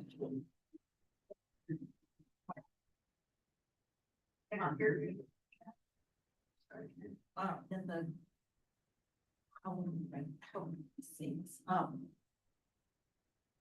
the motion would be that we are, changing legal counsel, but we wouldn't specify to who Right. yet. Process. Choosing it. Oh, here he is. There he is. Where is it? Until the. Let's see. Oh, it's on Zoom. There he is. Hi, Dan. Hey everyone. Let's see if I can get this working. I'm kind of in a place that's loud, but let me try to. We can hear you fine. Yeah. There we go. Hi. Hey everyone. Look at it's familiar. Like I said, he's one of the 3-4 main ones that are around. So Jan, we've talked as a board about our my desire to change legal counsel. The board understands the reasoning, and they all agree that they would like to ensure that I feel supported. But they weren't ready to make a change without having met you or talked to you or had the opportunity to ask you questions. I actually believe that the way I wrote the agenda item, I didn't write it to approve your contract. So we just wrote discussion and action regarding possible changes to legal counsel. So I don't think we can make that action tonight anyway, but they did want to meet you. Well, appreciate that. And I guess I'd also offer if folks want to meet with me directly outside of a meeting. So I know sometimes it's hard in a meeting that's recorded in public. If there's specific questions, I'd happy to talk with you then. But you know, I don't know kind of how much you know about me. I was formerly the general counsel at the public ed department for a number of years. In my practice right now is I only represent charter schools across the state of New Mexico. So represent about 25 schools in various capacities. I have a team of about 6 people who work with me. I'm the only attorney right now, but we have a number of former administrators. So they have, you know, kind of unique experience, expertise. And my primary partner is a former educator, and she worked in the charter schools division at PED. So she's really familiar with the oversight process. So I love the practice. I really love charter schools. My kids go to a charter school in Albuquerque, just really committed to public education. For what it's worth, I was also a teacher myself before I was a lawyer. So yeah, but I'll stop talking and see what questions you have for me. Will you transfer your kids here? No. Probably not for any reason other than my daughter's in 8th grade, and so you can't tell her kind of anything. And then my son, I actually misspoke. So my son went through 8th grade to New Mexico International School, but now he's at Sandia High School, and you know, he seems pretty happy there. So I don't think he's going to be interested in the change. I feel like I have a high schooler who is not here, so. How long have you been serving charter schools then? So I've been, I'd say probably about 10 years now. Maybe a little less, maybe like 8 years, but you know, my kind of legal background, if you will, is I was a teacher on the south side of Chicago. I taught middle school, and then, you know, I went to law school. I just kind of moved here, was doing general litigation type work, ended up becoming general counsel at PED. And when I left that job, I just went back to litigating, and the charter schools kind of found me, if you will. So I, you know, got asked by a school that I kind of known through my work at PED to help out with something. And then I started doing that, and I said, I just really like doing this work, and I find it more fulfilling than, you know, what I was doing at the time. And so kind of slowly evolved into becoming a full-time practice. And then, you know, eventually I went off on my own and started my own law firm. And so that's, you know, our complete focus is public education. So just so you know, I did speak with Susan and she did recommend you. So that's good. And she said she would be happy to talk with you about our school and give you the history and whatever you needed or wanted. Yeah, I'm assuming you're talking about Sue Fox. Yes, Yeah. yes. And I work well with Sue. I like Sue a lot as a person and as an attorney. So, yeah, I only have positive things to say about her. And we, it's a small community, and so we tend to, to stick together. And she calls me and I call her pretty frequently when we have questions about stuff or just to bounce things off each other. So I appreciate that. Good. Well, I'm glad we got to see your face and hear your voice. Yeah, and I apologize I couldn't be there in person or, be in your meeting and more fully. I mean, one of the challenges I have is just we represent a lot of schools, and so we tend to have a lot of board meetings. But, Yeah. if we kind of end up being your council, we'll figure out how to be at the meetings in person or on Zoom. And, part of the benefit of having staff is so we're able to kind of spread people out when we have multiple meetings at the same time. Unfortunately, tonight I just had another meeting where they had a legal issue that I needed to be at. And then after that meeting, had to run to an event. So, but I'm glad I could catch you guys. Thank you so much. Thanks, Dan. Yeah, and like I said, I can put my I think you have my contact information in the contract, but if anyone has questions they don't want to ask in a public meeting, that my telephone number is in the contract. It's the only phone number I have. So just feel free to reach out and I'd be happy to talk with you. I have a question. This is Chris Eisenberg.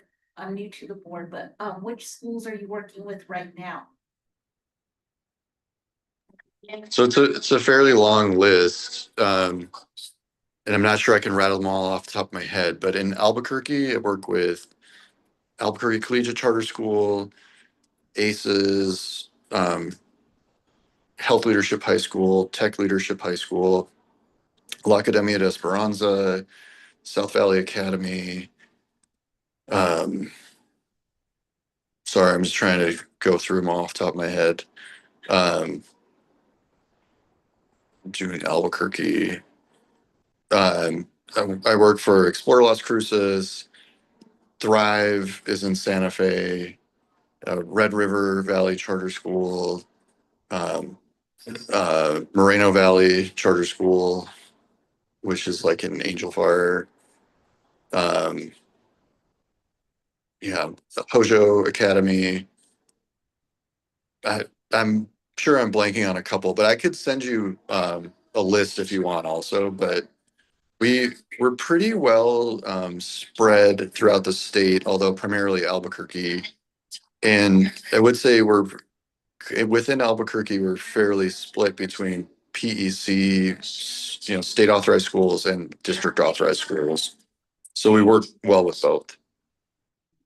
Right. And I don't know if you mentioned this already, but how many years have you worked with the charter schools? It's around 10. I mean, and that's not including my time at the public ed department. But yeah, so I was at the public ed department, my work overlapped with charters there. And then in this practice, it's been, I would say, like 8 years probably. Very good. Thank you, Dan. Oh, we hopefully look forward to working with you. Yep. Well, thanks for having me. And like I said, open invitation. If there's other questions, feel free to reach out. Email, phone, text, anything. And yeah, looking forward to hopefully working with you all. Thank you. Thank you very much. All right. Thanks, everyone. I'm going to hop off, but if you need anything, let me know. Thank you. All right. Take care. So there we go. You probably seen him at the conferences. Yeah, he's had a table and stuff. Yeah. It's on top of them before, yeah. Like the fact that he's an educator. Yeah. And helps so that leads she talks. Right. Yeah, and part of that team that he talks about, when he and I talked, part of that team that he talks about is a number of newly retired or fairly newly retired charter leaders. So if, there's something that they'll offer, oh, if you have questions on food service, you can talk to Kaz. He's great about that, and so he will also support, rather than just saying, oh, that's not a legal issue. I don't, he'll give you an avenue for yeah, when he and I talked, we talked about that as well. Okay, Good, so, we'll have to wait to sign the contract then. do we ask him for a resume? I mean, I don't need a resume, but if you want one, yeah, you can. I think. For the records, we should always have Yes. resumes. Yeah. You know, We can have, Would you like yeah. me to ask him? Sure. Yeah, Jeff? just so that we say we, you know, have a written kind of report as far as. I liked the cross sections. Felt like when I was listening to the list, some of them are like this. In terms of the kind of population, so it wasn't. Yeah, Lade is very similar to us, La Academia de Esperanza. You know, he works with Joe Dan's school in Jimenez, who's also a very small school. So then he's got South Valley, which is a very big school. Like he's got just a wide variety. I can't believe how big that mosque is on Yale. You have their own turning thing. Yeah, It's right before my house. I grew up in the house right in front of the parking lot. I grew up right there. And now you come down Yale, they have a turning lane into their parking lot. Yeah. They have so much traffic. Well, we don't want that. 200 kids by January, that's true, it's long term. Okay, so action regarding changes to legal counsel. So, yeah, we did it, it changed. We're going to change. You need a motion and But we were equal. yeah, we need a motion and a second to the vote. Motion to change legal counsel. I Any, abstain just because, any further, okay, because this is all we have right now for me. And you know, that's an important role in her. How long have you been on? I've also just met him at conferences and things like that. I talked to him back in May. And he just kind of gave me, this is what we can do, this is how we would work together, these are the resources that I have, and I just felt really comfortable. That's the only real conversation I've had with him was that one in May. Other than things like at conferences and tabling and things like that. But I do hear his name from a lot of other charter leaders in very positive light. so, motion, second, any further discussion? Well, so Margie, you're abstaining. I might do the same. I'm going to abstain. Okay, If we, Because you know, you're gonna take action today. yeah. Go ahead, Anthony. well, you know, maybe it might be the case that we're not quite satisfied that this change needs to happen this exact moment. You know, I think it would be good to get our resume for record, like Margie mentioned. And you know, We are paying. Yeah. Public funds for. you know, is this something that we do once the contract is ready to be executed in the next meeting, and we've got some time to think about it, and just make sure that everything feels right. We're able to do a little bit of research on the new attorney and. The question is that Ileana, she needs to have someone she can call and talk to when certain things come up, and we're headed into renewal, so there's gonna be possibly a lot of questions and, I mean, he was recommended by Susan, and if you go by Susan and feel that she, you know, never did us wrong, then, you know. But can that happen without an without an executed contract? Well, we can vote to change legal counsel right now, that's it, and then we'll have to wait for the contract, I guess. Then we have to go hand in hand. Excuse me. Would you feel more comfortable, Anthony, if we were able to get recommendations from some of the schools that you mentioned? Well, I think the recommendation would come from Susan. holds a lot of Yeah, leverage just because that's. I mean, even if there's 2 abstentions and there's 3 Then it's still. ayes, then we're good.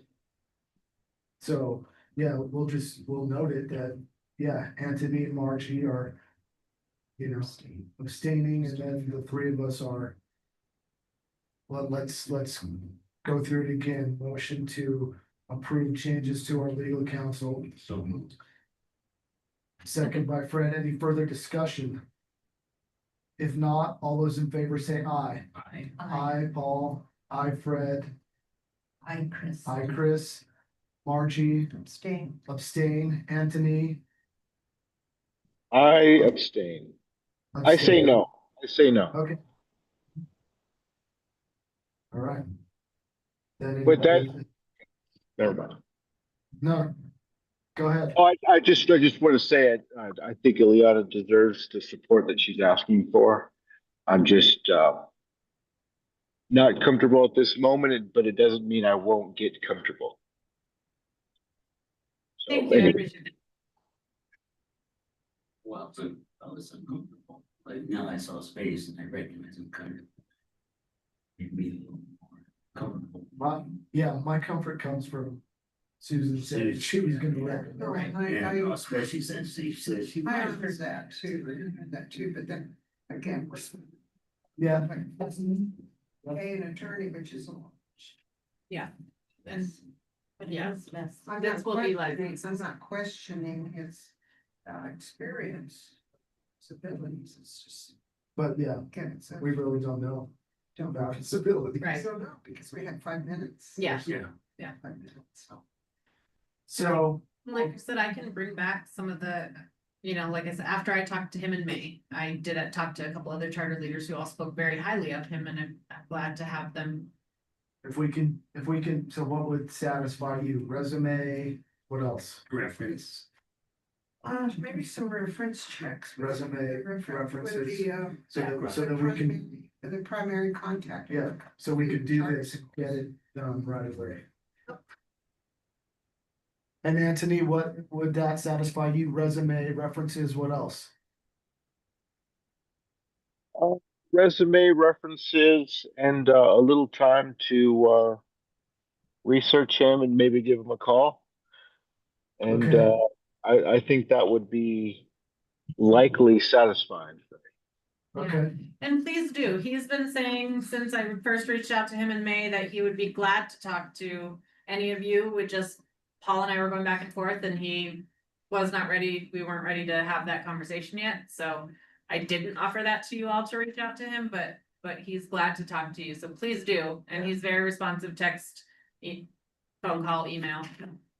This, your contact with him regarding this role was back in May. That was when I first reached out, because like I said, I've been talking to Paul and asking that the board entertain the possibility of changing legal counsel since December. I reached out to him in May, strictly from a budgetary standpoint, well, no, okay, not strictly. From a budgetary standpoint, as I was looking at all of our contracts for the upcoming year, and I reached out to him, hoping that at some point we might be able to make a change and talk to him, what would that cost? What does your support look like? So that's when I reached out to him in May, was to find out if we're able to get on the same page, what would a contract with him even look like, in terms of price? How did you go with your interaction in terms of like, did you feel even in that initial, did you feel supported? Yeah. Feel it was a different personality than you're struggling with? Yes, that conversation, and again, I wasn't trying to go against anything he was saying, so it's easier to have those conversations, but that conversation was very smooth. It was very supportive. It took us a couple back and forths via text message to connect, just because it was May and things were wild here. But he was very supportive, like I said, willing to, this is my typical flat fee, and then willing to cut that almost in half. Because we are a small school, and understanding that I was looking at budgetary constraints. So that conversation went really well. He's like, these are all the different things that I have in terms of support. These are the leaders that I have that are working with me now that you could reach out to. He talked about just lots of different things that he offers, and the conversation was really smooth. Yeah, and I have them written down in another book from that conversation back in May, but I put them. But now you can email him, text him, call him. Yeah, you can ask him. All But that. he's got- Ultimately, he reports to the board. Yeah, he But he represents, works with it, yeah, yeah, but he represents us, the school, right, with the board being the next step. and we hire him, Right, we do, yeah. right. Yeah, and then also knowing that, you know, we've got a number of policies this year that are due for revision. That was gonna be another big chunk financially. So that was the main reason that I reached out to him, just like I was reaching out to other food service vendors, other copy service vendors, everybody. That was where I started that conversation with him, but the conversation was really comfortable. It just went really well. It's good to hear.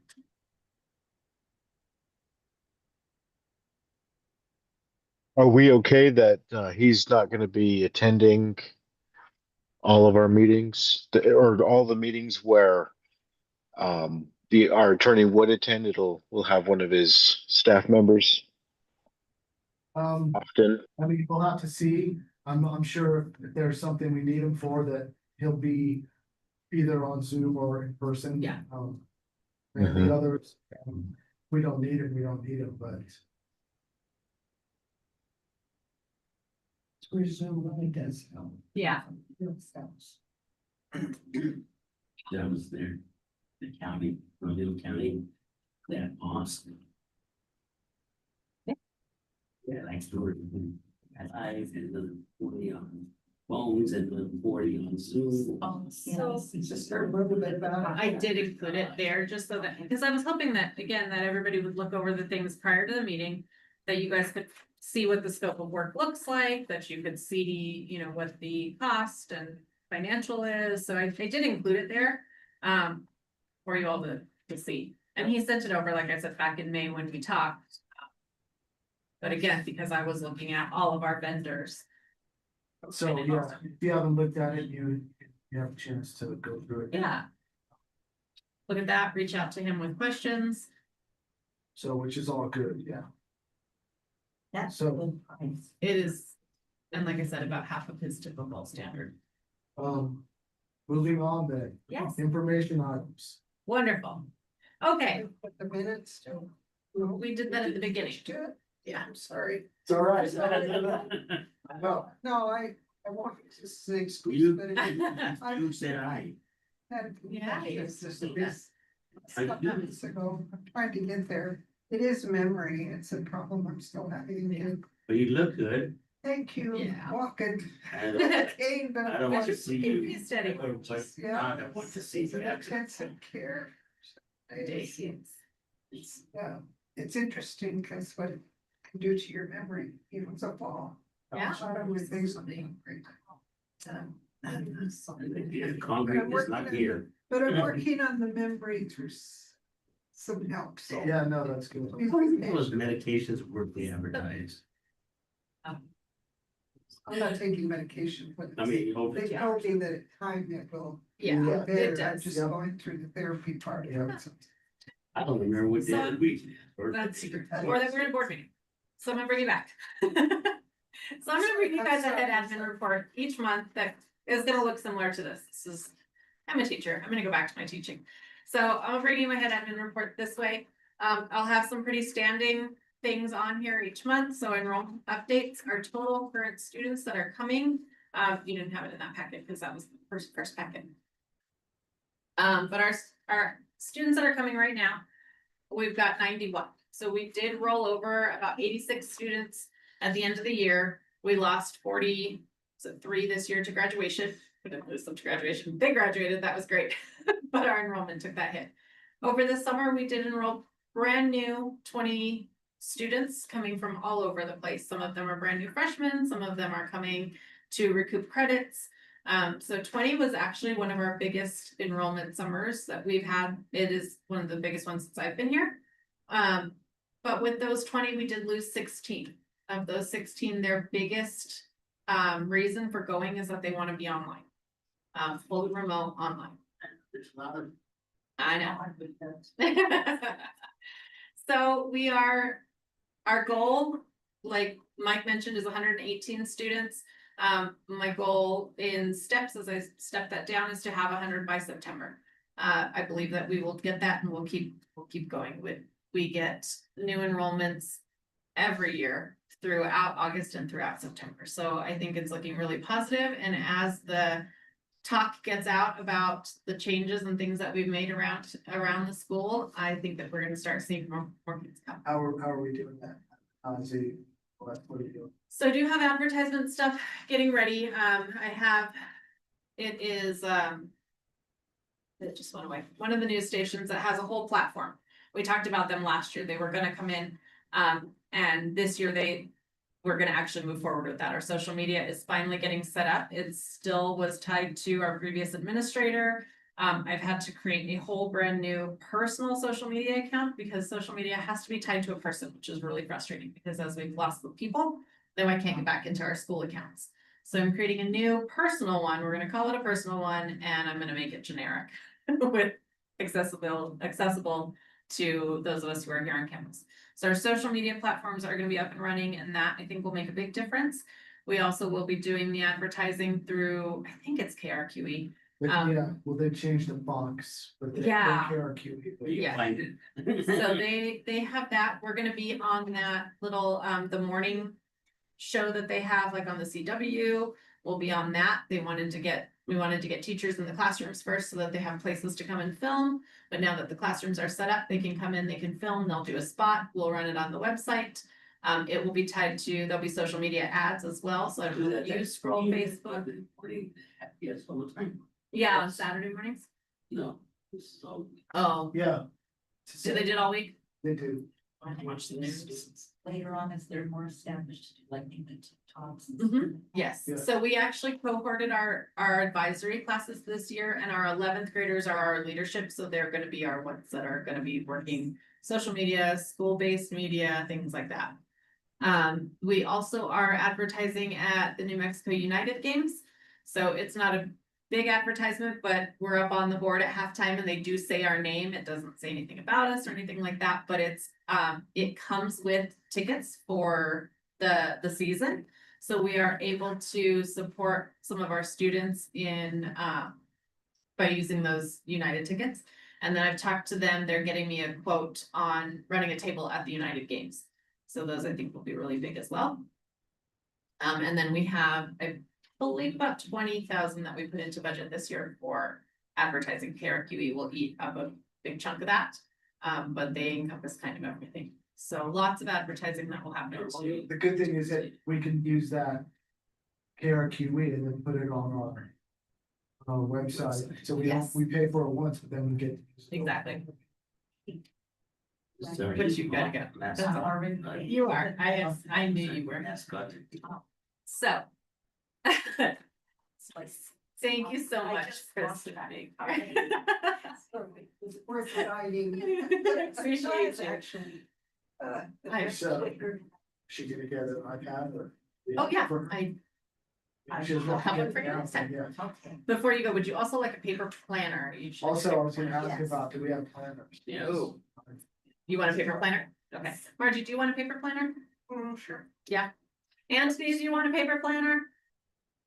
I have my calendar thing. I'm okay. Thank you though. Okay. All right. Fred, It was nice. First, yeah, I'm sorry you haven't. do you need a paper planner? Joan, that's. Do you want a paper planner? No, okay. So 3, I will get 3. Last time we ordered like a whole bunch. Thank you so much. Okay, I just bought a whole bunch and we didn't end up using them. So I wanted to touch base, but I will get those orders. Paul, I can give it to you, so. Okay. Okay, so that's where we're going on advertising. Share with you. Go ahead, take that away after you give it to me. Just, I'm gonna share. All right, we'll have a box here standing for renewal updates. Right now, there's not a lot to renew. Our application is due to APS in October and then the decision gets made in January. You all have been through that before. A few times at least. APS reached out last week. They said, hey, let's get a meeting together. They offered support. They're like, if you've got a draft ready, we can go over it. if you don't have a draft ready, give us some ideas. We're glad to chat through that. So I haven't set that meeting up yet. Paul, glad to invite you to that. Good. But they just reached out. I think it might have actually been Monday, so this week. So it looks as if it's gonna be a positive type I think so. of development. It's been Okay. collaborative, and one of the things, they invited me last year to, they invited me last year to sit on a renewal, not a board, a committee. So I was able to watch health leadership as they went through their renewal, and it was really interesting to be able to see. And that's another one of the supports that they're offering, is that somebody who had never been through, or somebody who was coming up on a renewal, got the chance to sit through that renewal process with another school. So that was really eye-opening and just great to be able to see. So I have an idea of what it looks like. So I think that was positive, very positive. So there'll be updates on that each month as we get closer. Just to make you all aware, there is a new process for requesting capital outlay money, and it's going through what they are calling ISIP, so Infrastructure Capital Improvement Plans. And there is training for that. I go to that on Monday. So we do have outstanding 2 legislative capital outlay projects funded. One is the sign out front that cannot get anybody to come back after they come and they take pictures and scope it out, and then they fall off the face of the earth. So we're still working on that. The other is allocated but is not ready to spend yet, and that is for new alarm systems throughout the school. So those will go in as soon as that money. Get new AI camera system. We got cameras. That was like 3 years ago. I did camera systems. Yeah, it might have been 4 actually. It's been at least 3 years. So I have been around for a long time. Yeah. I realized today this is my 5th year. So, so I'll do updates on any weird things that have changed in there as well. And then I wanted to update you all on just some of the facility things that are going on around campus. We did have a mural painted up in the front office. We've got the front offices were painted. We did interior. You may have noticed the exteriors of all the modular buildings were painted as well. And the interiors were painted. So we were able to paint, and it made such a big difference. I didn't realize how dingy and sad and dark the classrooms were with the wallpaper and the just, it was old. It does wonders. Yes. Yes. Yeah, we hired a company called Painter Bros. I would absolutely recommend them if you have paint that needs to be done. They were wonderful to work with. They were quick. They were great. They were very professional. When we were getting quotes, I definitely thought they were going to be the highest quote, and they were not. So They do residential painting too? they do. They do, Yeah. okay. Yeah, they're wonderful. Painter Bros. Yeah. But they were great. We have also used some of the capital outlay money that we have, the restricted funds, and purchased smart boards for each of the classrooms. So that is new this year. The classrooms didn't have the smart boards in them, so now every classroom, they're not been delivered yet, but they've been ordered. And they said they're in stock, so I'm not sure if they're just having backlog on delivery from schools or what the deal is, but well, they have them here. They're a local company, Document Solutions Incorporated. They're the ones we redid the printers with. So new smart boards in all the classrooms. And then we had talked a number of times about installing the ADA automatic door openers. And we have a student this year who's in need of those. So we do have a student in a wheelchair, and he's doing great, is used to that, but we are going to get those installed ASAP. So all that will come out of the capital funds. Yeah, that's money we can use. Yeah, exactly. So that will be good. And then we did change our internet provider this year, going through the E-rate system that we've used before. E-rate provides funding for schools and libraries, so that we only pay a portion of things like internet. We changed from Comcast to Segra is the name of the company that does the internet, and they have finally pulled fiber in. So our internet should be much better than it's been in a long time. So everyone kind of upgrade South Valley. Yep. Not all of us. No, not everyone, but yeah, they're doing big upgrades, so they're pulling that in. See fiber up where Yeah. Buddy, no more feelings. But they've been here for the last like week pulling fiber in. Don't get it the hell up. And then the last thing I have on my informational report is just priority schools designation. Sign out front. Oh, the sign out. Yes, the sign out front. They keep coming. I had another company come quote it and now she is disappeared again. I'm gonna go knock on her door. Yeah. It's, Have you ever talked to Sign Art? yes, they were one that First came out. ones, They were the first ones. They came out and then they never call back. We can't get a hold of them. Because I said, the card I gave you, I got, it's a local place. And I worked with, she was great. We went back and forth. She came out, we took measurements. The whole thing, I was gonna get business cards and t-shirts because she does it all. I'm just. And she's disappeared. I've The changed her fruit twice basket now. there on Fourth Street, they have a sign, you know, and it's digital and then it does all this Not be stuff. difficult. Yeah, I'm like, well, My next, yeah, my next, One of the guys does it for the other schools. yeah, so my next one is to go to APS and see who I can talk to at APS at their sites, so. That's that. But yeah, think I'm it's, still on it. I think Anthony? I think that sign is, it's kind of really important. It's really Yeah. important. Yeah. People don't know Like, we're here. like enrollment may see some type of drama because the sign gets put back up and then folks realize, oh my gosh, they're right there. Yeah, I have that every it's day. huge. Anyway, just- We've had Every day I talk to someone, 6, where are you? Oh, I've seen that. 7 different companies come out, Yeah, and every time I have to chase them. it's crazy. It's very strange. I've tried to. They don't wanna get paid, I don't know. I don't know. I got too much work. So aside from all of that, we did enrollment, we did. You also have a one pager on, and Anthony, I just sent this out today. You were on it, because it wasn't attached to the meeting minutes when I sent them out. But you got these 2 documents today. So our priority schools designation information, we've been talking about this for as long as I've been here. We are what's considered MRI. This is year 4. So we did not exit the designation at the end of last year because our grad rates still were not high enough. The exit threshold is a 67%. Last year, we graduated 100% of the students we had on campus. So the students that we are losing are the ones that are not graduating. And we have to figure out how to keep them here. So that's part of why we're doing this restructure, redesign, repainting, all the things. So there's just kind of some information there for you guys on the priority schools, what we're doing. We changed the schedule, we moved to a 5-day week, we've aligned with APS. So they're getting out at 2:30, 2:05. 2:05. students. Yeah, so they come early and leave early. 7:30. So they can still do things that, you know. yeah, when we looked at the classes that we had last year. We went from like 125 students enrolled earlier in the day to 90 students enrolled in that last class period.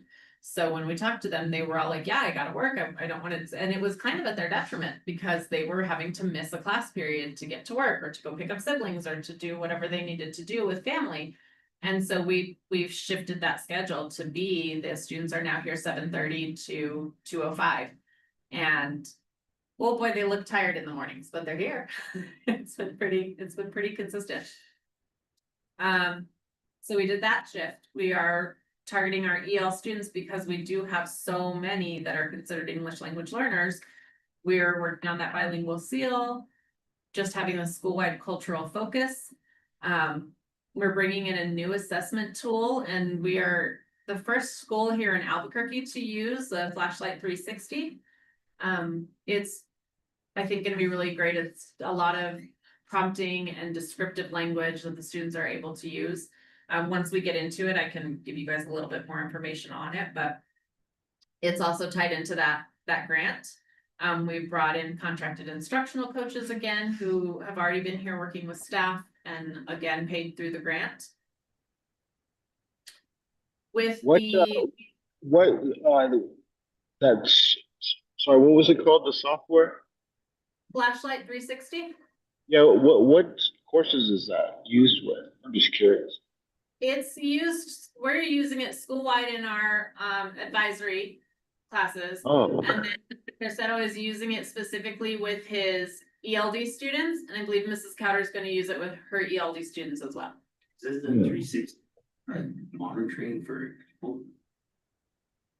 Yeah, it's like on your phone, you put 360 and you can tell where your kids are. That's Life 360, yes, you're right.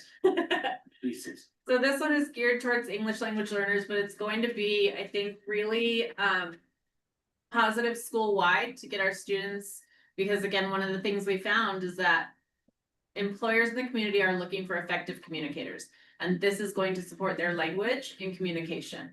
So I'm really excited to see how this one rolls out. It again is paid for through that grant through Priority Schools. And as we get a little bit more, and I think in 2 weeks, they take their beginning of the year assessment. So I'll have some data for you all and be able to better explain how it works once we've seen through the first use. We've also built into our school day credit recovery Wednesdays. So the students get out at 2:05 every day, unless they are on track or ahead track to graduate. So if they're on track or ahead, they are out at 12 o'clock on Wednesdays, and everyone else stays till 2:05, and they have dedicated time for credit recovery within their school day. Yes. Yep. So the language we're working on is everybody's school day is until 2:05 all week, unless you're ahead of track. How would the kids feel about the 4-day, the 5-day, and the We didn't teachers? have many, well, the teacher's the only one that came back was Mr. Tessetto. He's fine, because he was the one who said, the minute I said this is what it is, he said, this is where I want to be, this is the only place I want to be, let me know when you decide. So he was fine with that. The kids, there was grumbling. But they Some of the were, families were they weren't grumbling. using the extra day like to catch up on work or They anything. weren't. It was just whatever. that's around. Exactly. Yeah, so. And it was another one of the surveys that we did. We did it during during student-led conferences, and it was like 80% of the families said that they thought that 5 days would benefit their student academically, but then they didn't want to change.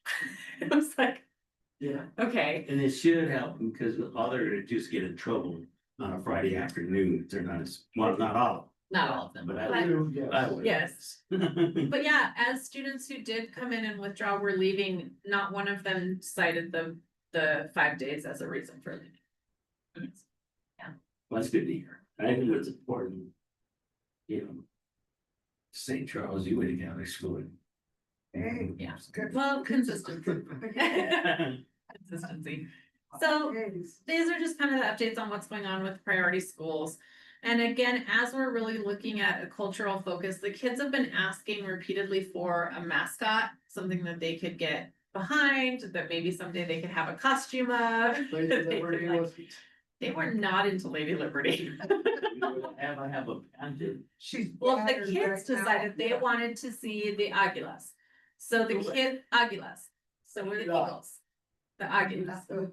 Eagle. Oh, eagle. Well, that's what I was gonna say. So this you, Yeah. it should be the eagle. So, Big mouth. he's on here. Look, I put it on my arm already. They were specific. They didn't want a bald eagle. They didn't feel that tie to Golden Eagle? that, but they did want the golden eagle, which a lot of them have a tie to their culture. So There's Eagle in Mexico, but. yeah. Yeah. Yeah. And we're not the A lot of only eagles in Albuquerque, Anthony. Well, that's how Mexico City. We was. have slaughter. That's how Mexico City. I just want to say I love it. Thanks. But they have their eagles. They're- Real kind. Yeah, we do. We see them. So they're very excited. And this picture, Anthony, that you've got on the head admin report, that eagle, that Aguila, is now part of the mural that's out front when you first walk in. Fred will send you a picture. What's your name? So there's been a lot of big changes. This summer was a very busy summer between hiring and working through these grants and facility updates. But I think we are really excited for a new school year. Enrollment is still down, but we're going up. So I we'll think keep you working feel on it. better. I do feel better. Are we still in session? We are. So yeah, I think the new staff that's come on board has really brought a fresh, just a breath of fresh air. The students are excited to be here for the most part. Even like you said, on the Wednesdays, we had one student today who was like, no, I'm not staying. One out of quite a few. I think there were about 35 that were in there. Yeah. So First week too. yeah. And Yeah, we some started that last week. didn't have to stay that wanted to. That wanted to. I had 3 or 4 10th graders who know that they're just like a credit or 2 behind and didn't necessarily meet the criteria to stay, that asked, can I stay? And I said, well, we'll see Mr. Foya, see if we get signed up. And it's offered to every student. It is the full school day, so they can come if they're not behind. They can come if they want to get ahead. They're here. It's a full instructional day. So that's kind of how we're working through that, but. One thing I didn't see was the new food vendor. Oh, yeah, it's going really well. I didn't think to update you guys on that. So far, it's going really well. She is doing scratch cooking in the morning, so we've had like fresh banana bread. So she does it there or she does it? She does it here. Oh, good. Yeah. Yeah. Fresh banana bread the other day, fresh blueberry muff. Day one, it was like a blueberry cinnamon bread that had powdered sugar on top and like a blueberry syrup and fresh blueberries. She had fresh, well, they have to keep it within their guidelines. So the breads are not actually very sweet. The breads themselves are not very sweet. So I think they cut out some of the sugar there, but fresh fruits. The other day we had rice and beans and like ground beef taco kind of a because she's just one person in there. Yeah, the kids like the food. The kids so far like the food. They all have positive things to say. And as the teachers or you tried it, how? Yeah, I've tried it. I've had breakfast twice. It's better than before. It is definitely better than before. You know, the muffins we were getting before were in a package.